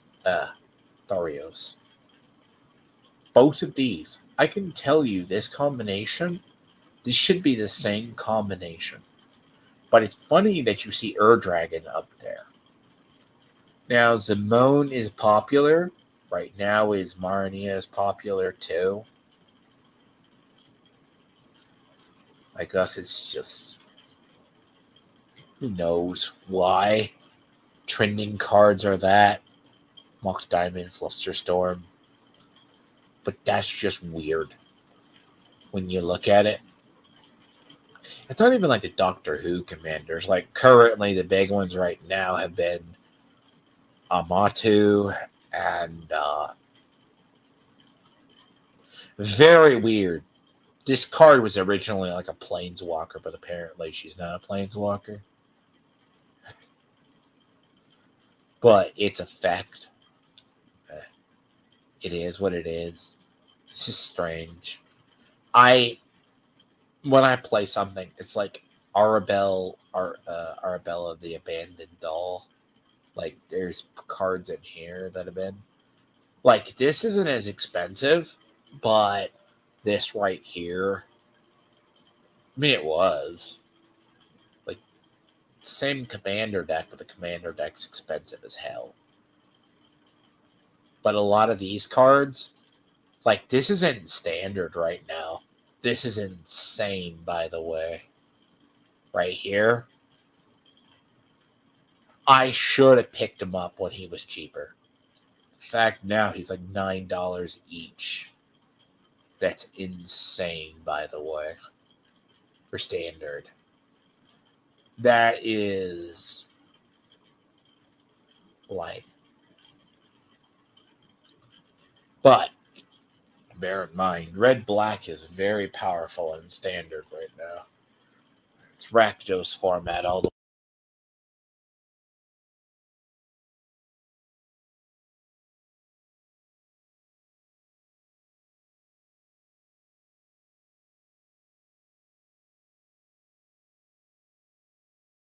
fuck. But yeah, like I mean, it's funny how Lord of Pain is expensive, but it's not. I mean, it's just weird. Like, again, it's really weird, right? Because kind of like, you see something. Dustmourn's been a weird product too. Like, it has a lot of really good cards in it. It's getting played a lot. Huh? The fuck?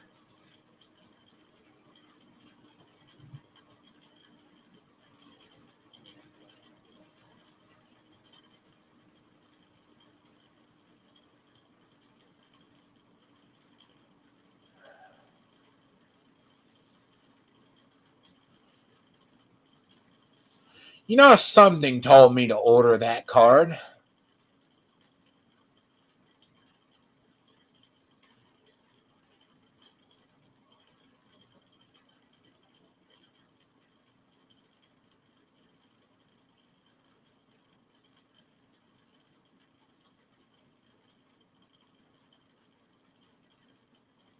Jesus.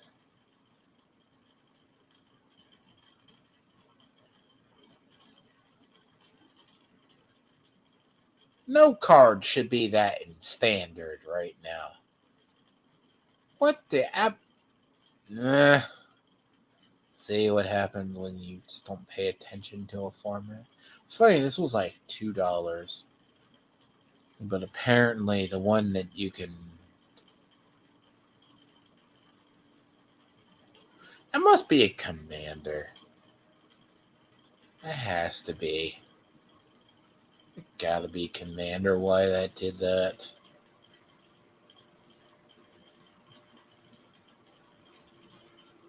Come back wrong. See, come back wrong is that the... See, this is one of those cards, I don't know. A lot of people have an idea. Like, I think this is going to hit commander. It's interesting. I need to pick up one of these. Some of these. Like, I need to pick up one of this is here. Like, I could put this in the deck I was working on. If it was a creature, right? Dies. If it was a creature, return it to the battle. Its owner.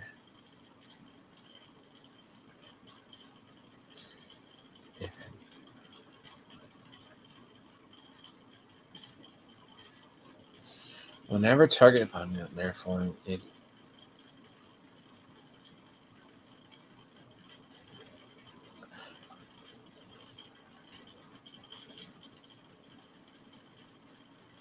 That's a lot more powerful of an effect than I thought. Okay. Got it. See, it's funny. These aren't as expensive as those.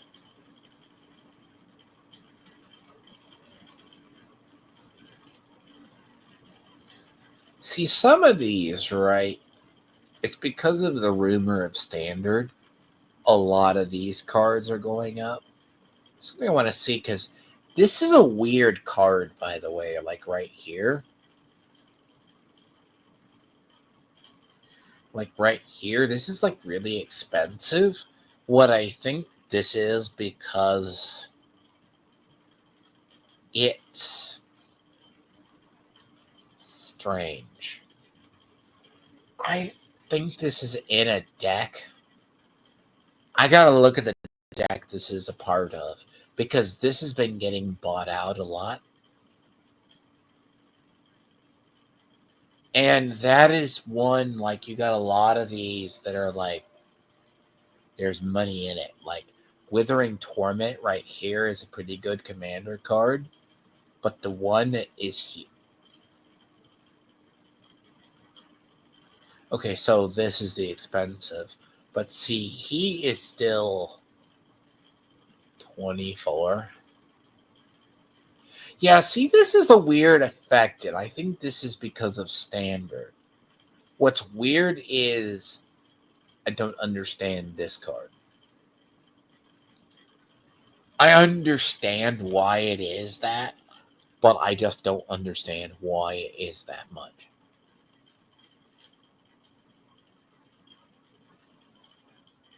That's all. I don't understand it. I could be wrong. I could absolutely understand why that card is expensive. Because it was just commander reasons with Kalia, I understand. But it is so weird, the effect of commander. Like in standard, nothing that has 9 mana is played. So, see, Withering Torments I need to buy. Those are going to be good. Those are kind of... What's funny is this card right here I need to buy, because this card is in the process of getting bought out. Just on sheer speculation right now. This card. But it's like zombie decks in Commander.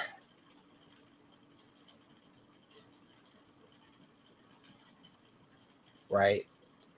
This card right here.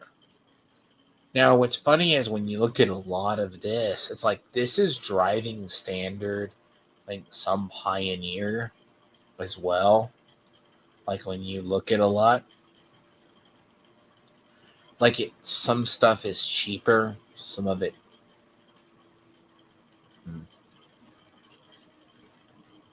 It's just weird. See, apparently the red ley line is breaking things, which is not. Man, I'm surprised this isn't. You know what? I'm really surprised that this isn't more expensive. Not my standard reasons, though. I need to order one of these. See, apparently, I'm going to say that is due to go up. But that deck is... It's a weird one. Supposedly, that's a commander reason why that's there.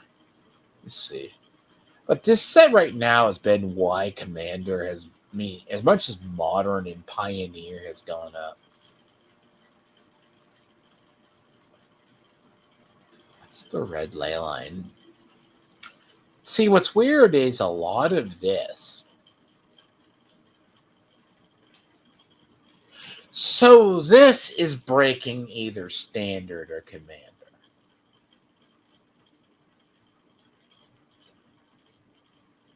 Which, and this is breaking Pioneer too.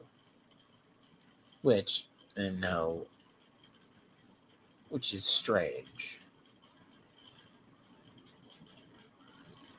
I mean, it's a weird thing. Like, this is why we're going to see a reinvestment in... Like, the reinvestment in Standard is going to happen. But it's also, at the same time, a lot of this set is relatively cheap. Like, right here, yeah. Like, these. Like, in red, that's insane.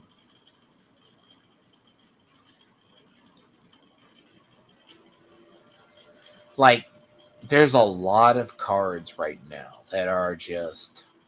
I want to say, like... Hold on. Before I forget. One card I've had my eye on.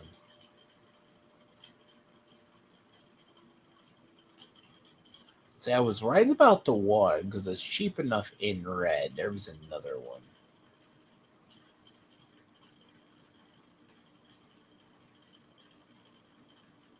Yep. I was right about this one too.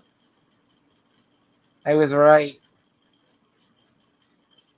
That one right there.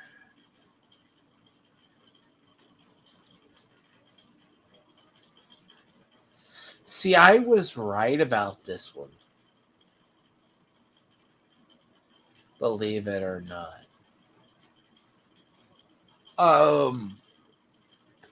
Yeah, that's too powerful of an effect. And that was in, that's because of Standard. So, it's a weird effect.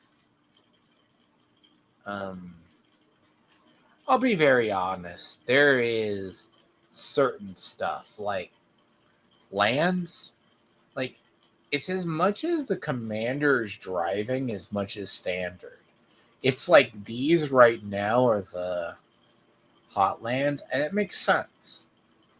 These are going to hit Commander too. But like in Standard for 3 years, I can guarantee you these are going to be big.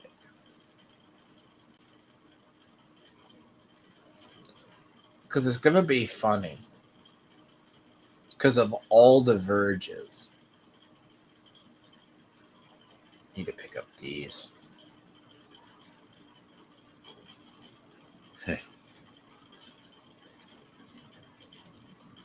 It's kind of like Horizon of Promise. One of those...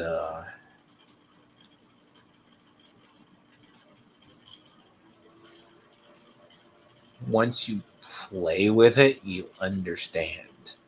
Like, there's certain cards that are cheap right now for Commander. Like, this is cheap as it's been for a while.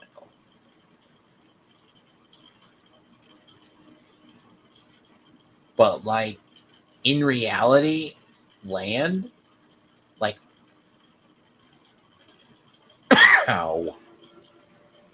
I mean, to be fair, right? A lot of these are getting reprinted.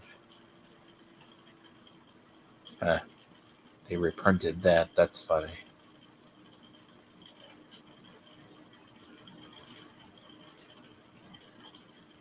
Um, Horizon. Did I miss it? May have been another product. For some reason, I thought it was Dustmorn, but I'm guessing it wasn't.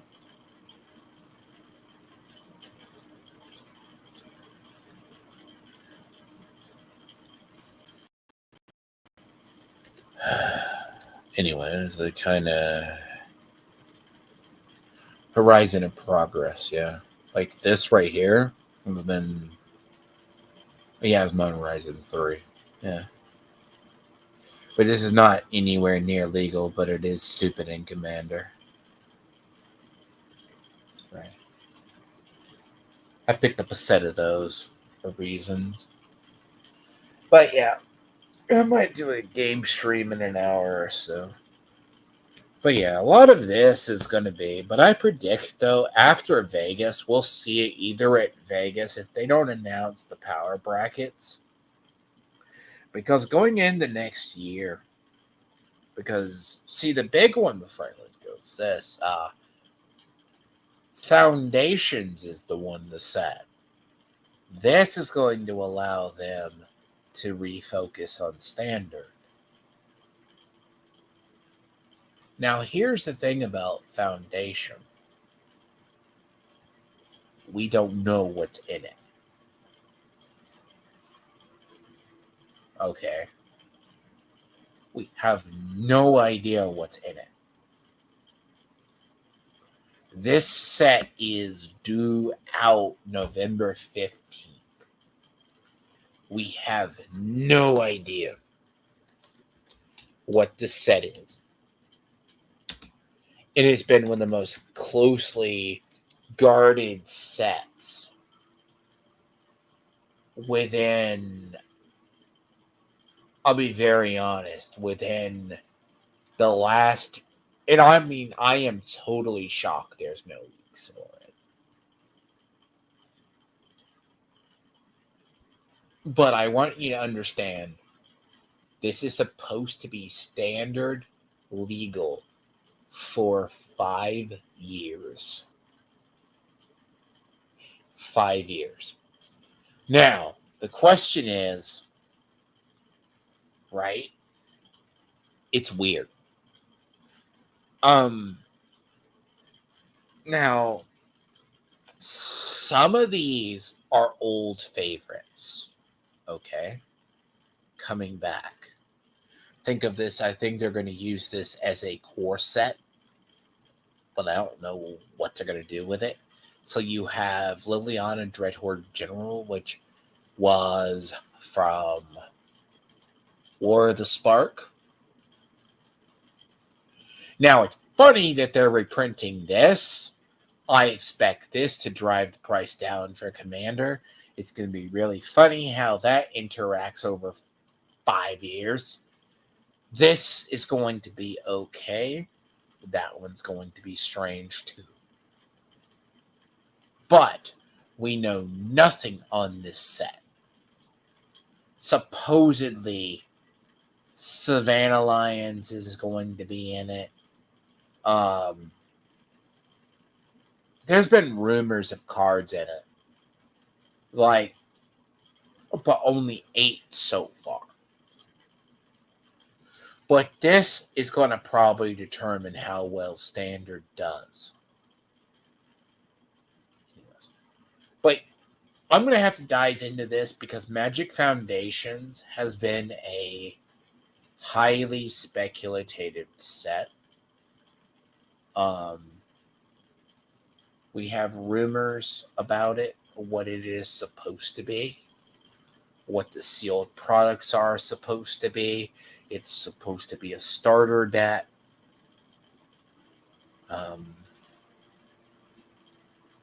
It is supposed to be a foundation where you can get people into the game. Now, in theory, we'll see if it works. Because like as I was talking about, we don't have a schedule. Right? And 15% off. So, before I do, this was 22nd. Oh, this was as of today. See, they stick these people. See, supposedly these people had to sign a massive NDA, right? And they can't criticize Wizards. This is what's going to be funny, right? So the Commander format, at its inception, is made up of 17 individuals from around the world with a common goal. Attack on Cardboard, Bandit, Ben Wheeler,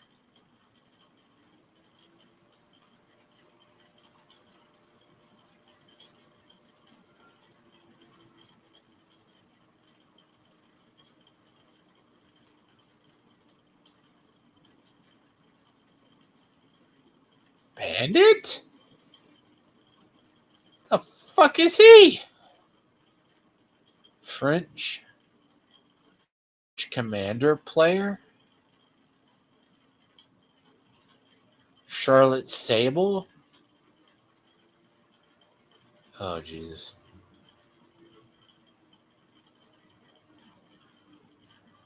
Oh, fuck.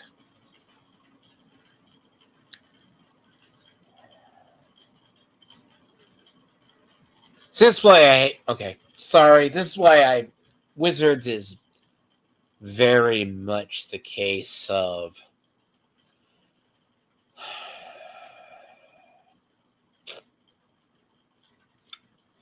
it's not the pronouns in the bio. Apparently she's an immigrant, anti-fascist, trans, and she, they. Okay. From Finland. Yeah. Oh, please. Okay.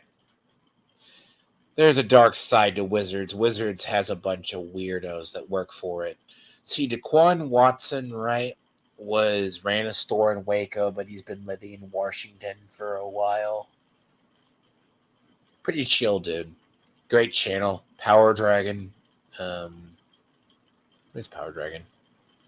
I have to look it back up. I knew him IRL. Deco. God. Privated his fucking profile. Gavin Vorhage, Greg Siffin.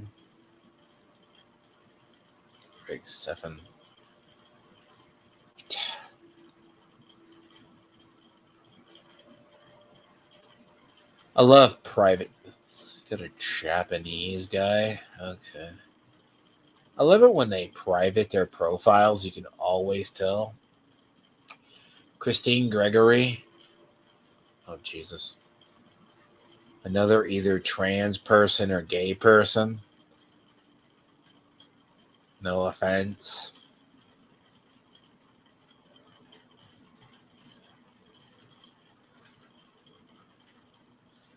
Look, half these people are all screwed up, one form or another. Okay? Problem, and I say this nicely, these people are nuts. Head writer at Card Kingdom. And she's also... Oh, boy.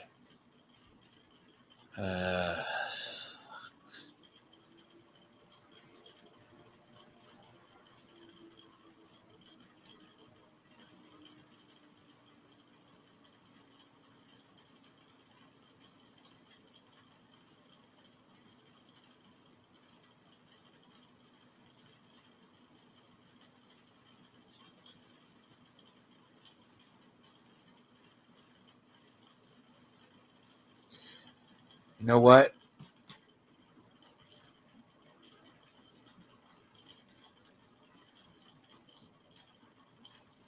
I'm not going to even go there.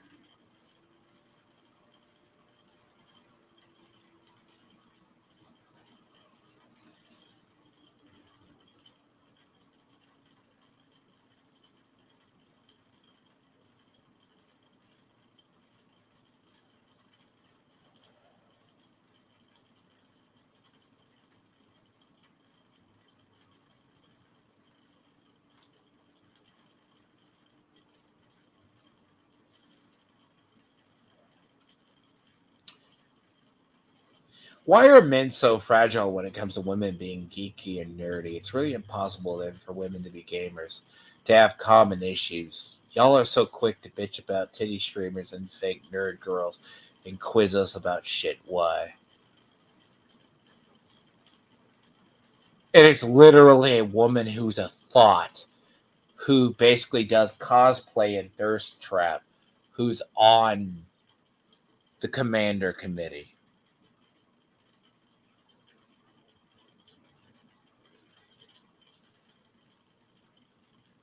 Really?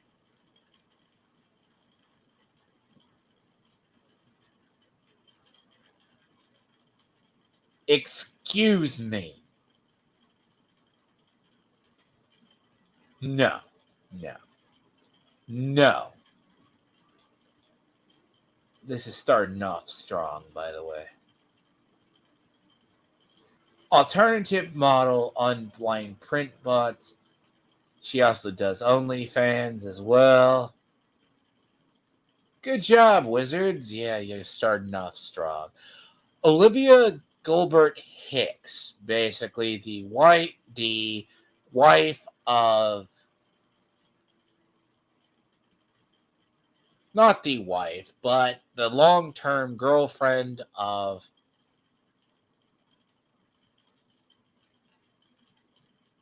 God, it's escaping my name. And I like him as a player. Commander at Home. You know what's going to come to me later? Legendary.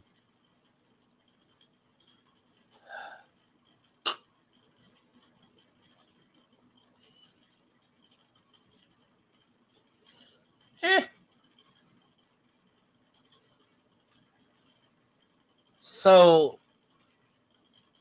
her boyfriend is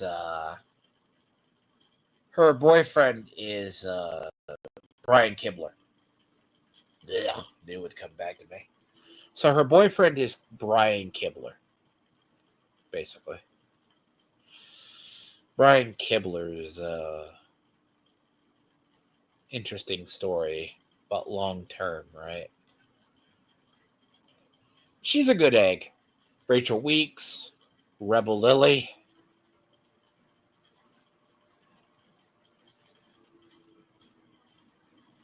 You know what's funny about this?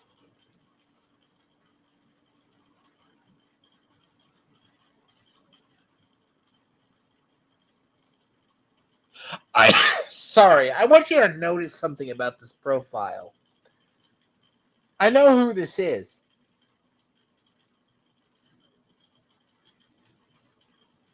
They are non-binary.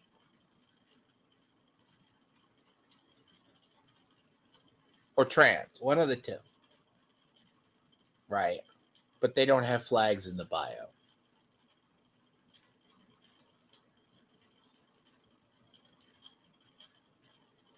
And they don't advertise it.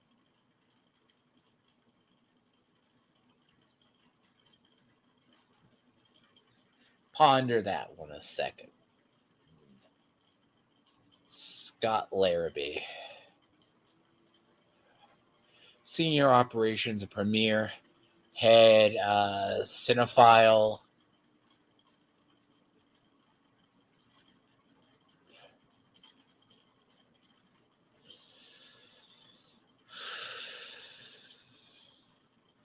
I heard of this one. I was watching Hypnotic the other day.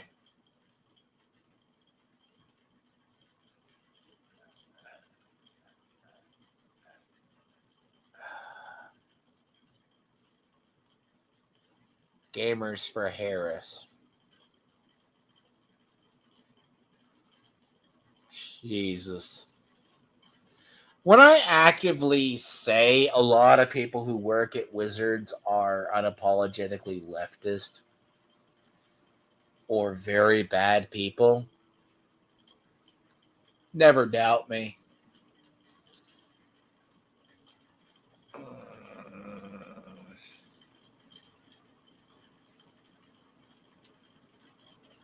That's just... I don't even want to... Look, I don't even want to dig into this.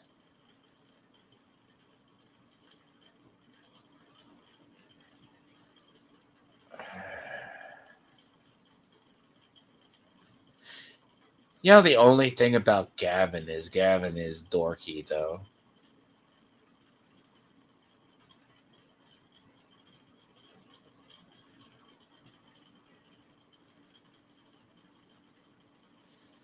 And then, oh, God.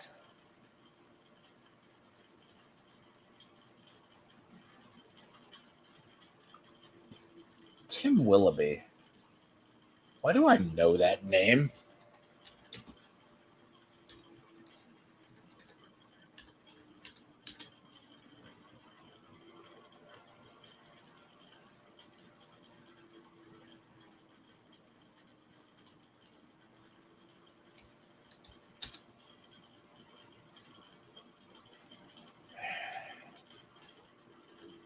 Is he a former CAG member? He's a former CAG member?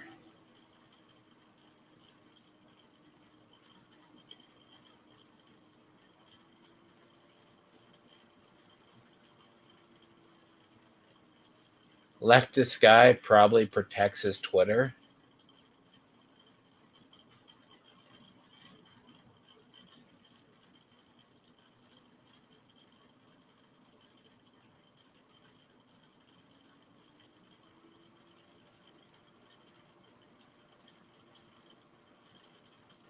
Oh, Tim Willoughby is the guy he plays with Shiva. Yeah. He plays with Shiva, like this guy. I always love it when effectively you already know when things are cursed. He's special unto himself, by the way. This is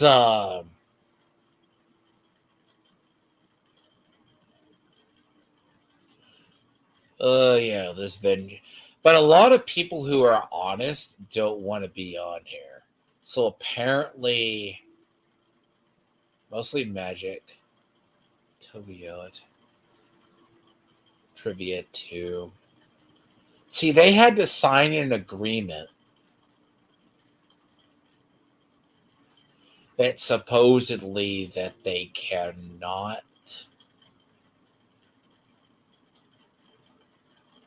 like, they're not going to be able to criticize Wizards. That's actually in the NDA.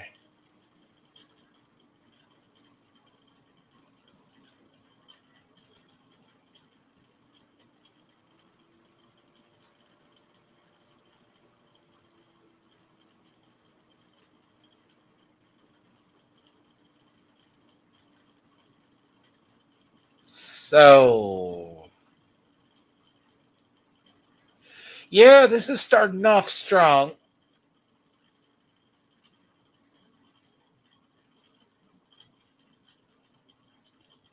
Yep, starting off strong.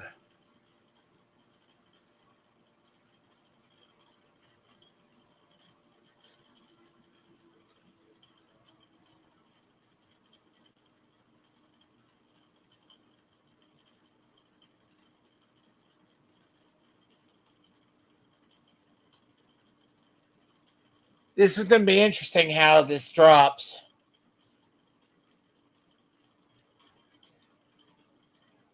That's going to be really, really weird. So you got two people from both So you got former CAG members, rules advisory. It's really funny how Josh Lee Kwai just signed up. It doesn't surprise me that Daquan would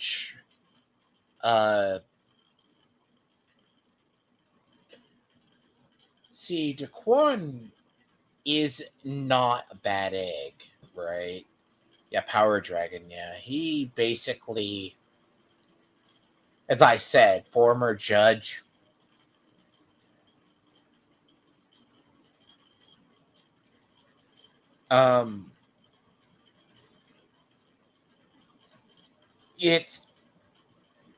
He is like the Magic player's Magic player. Strangely enough. Very old school.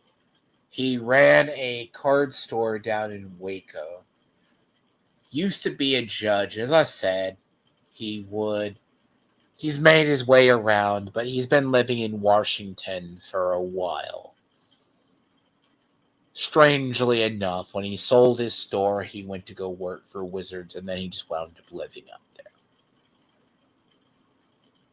Very informative on Pioneer and other things. All around good guy, actually. Surprisingly enough, I do know him.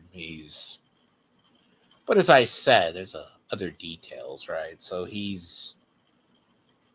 and it's weird is he was in R&D at Wizards for a while. Yeah, see, what's this attack on cardboard? I fucking leftist, clearly.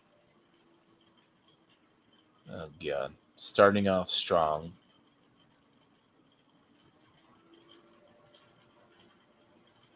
Gavin's just the odd dude out. Because apparently this is a crossover coming out next year, by the way. It's the Final Fantasy one, by the way. Just so you know. I don't know when it's coming out. I know it is supposedly been rumored, but it's that way. It's just remember, some people don't age well. Gavin's one of them. I've known people in Magic a while.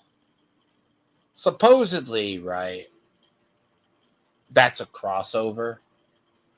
I know it's rumored in 2025.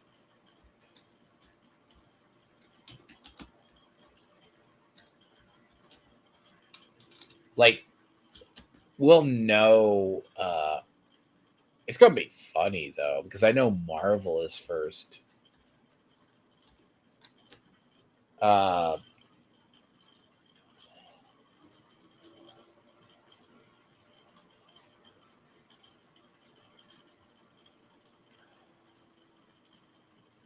So we know that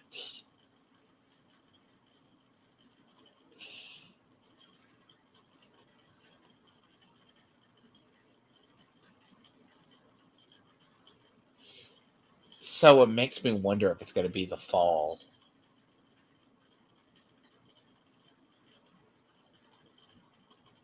What's the commander decks?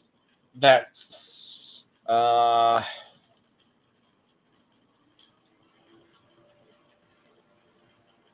yes, what's the commander decks?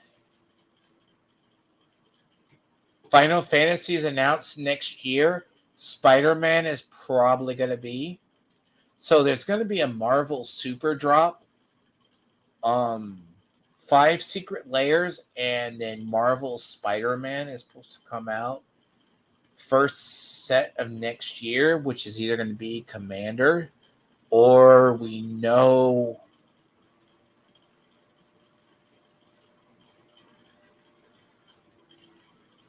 see, we don't know the sets for 2025. I am going to be announced. As of right now, and that's probably going to have to. What is it?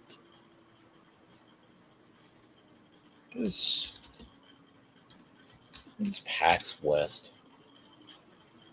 When is PAX West? No, it's not even PAX.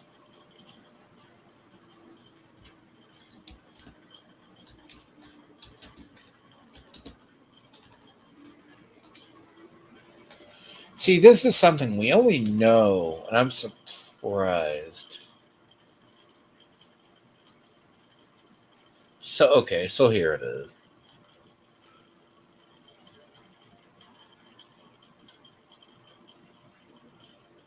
This is all we know for next year. Right. This was from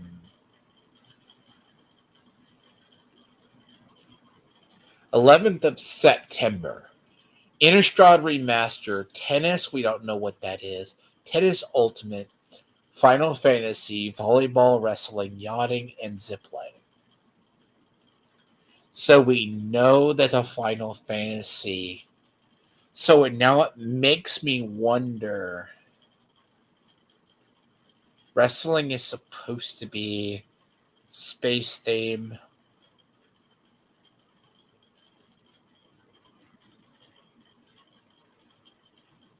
Marvel also announced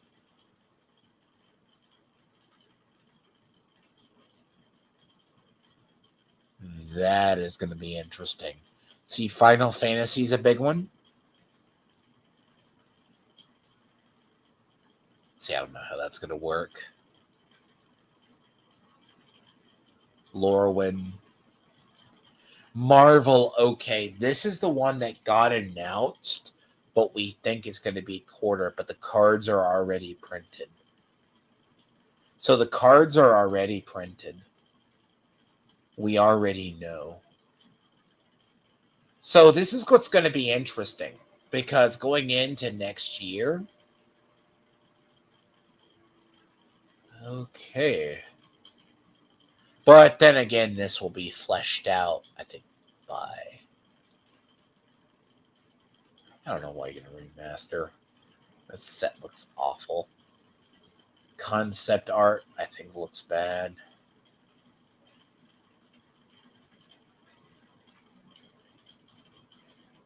What? Eh. But yeah, I'll leave it at that. I'll probably stream maybe later. But yeah, like Q1. They say Marvel is to be announced. Q2.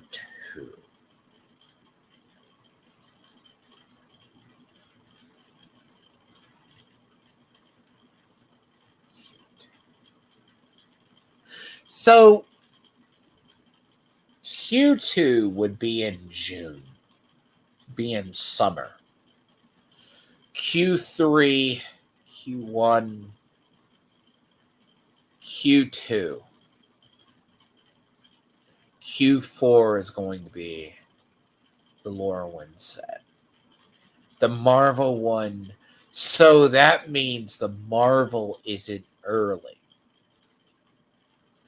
Now, see, I'm going to have to dig into this because this is interesting. It's less of the remaster sets because we know that the Marvel promos have been printed. So that has to be early.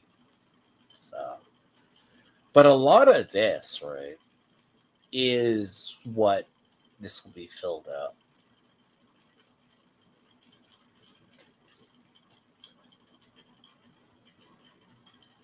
See, I'm gonna mark the calendar. That's gonna be funny. So that's gonna be the February set. So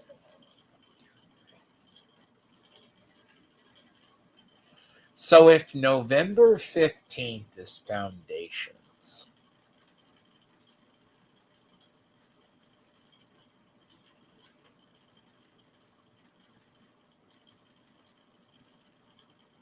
Yeah, see, what's going to be weird is when these are released.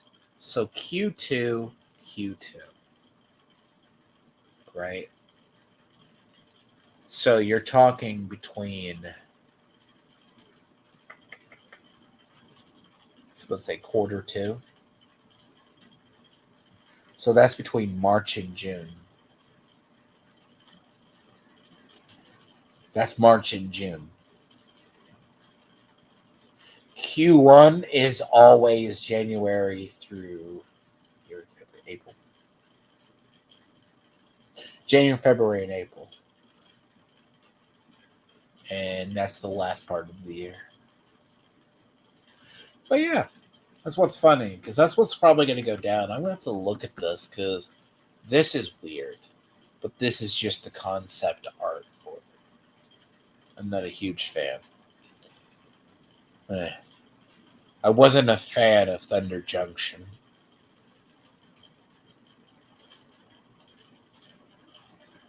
We heard about this.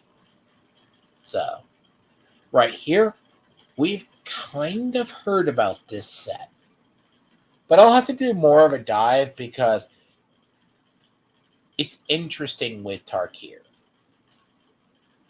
So, anyways, I'll probably be back maybe later or so. As I said, I have things. But I needed to get this off my chest, and I may have to follow up if they do the brackets after. Because, yeah, see, technically, the last time we saw anything on Tarkir was 15. And then it's in there. It'll be very interesting. But anyways, I would probably take a little break and so. But I don't know. But I have planned. I should have started this sooner.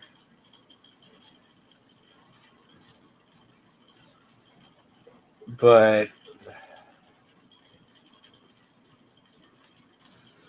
see, a lot of that stuff is just going to be how these sets work out.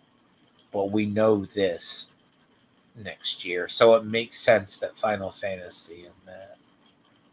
But yes, I shall see people later, and I don't know, Diablo 4, I'm just going to probably do off.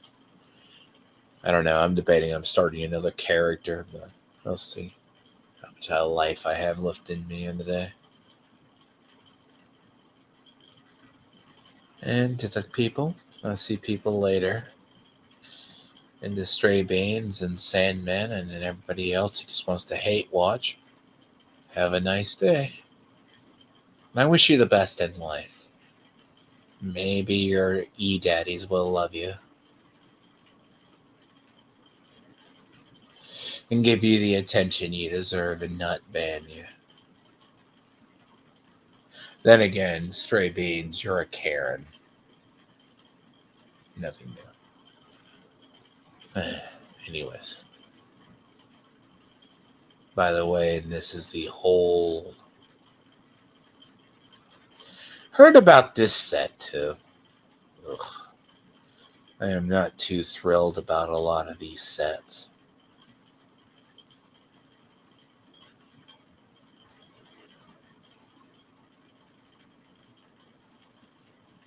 See, this will be a weird set, though. But anyways, I shall catch people another day. Take a break. I'll probably play something single player. So, all then. Hopefully.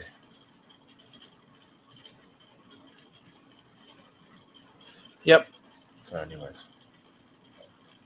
Oh, I'm out.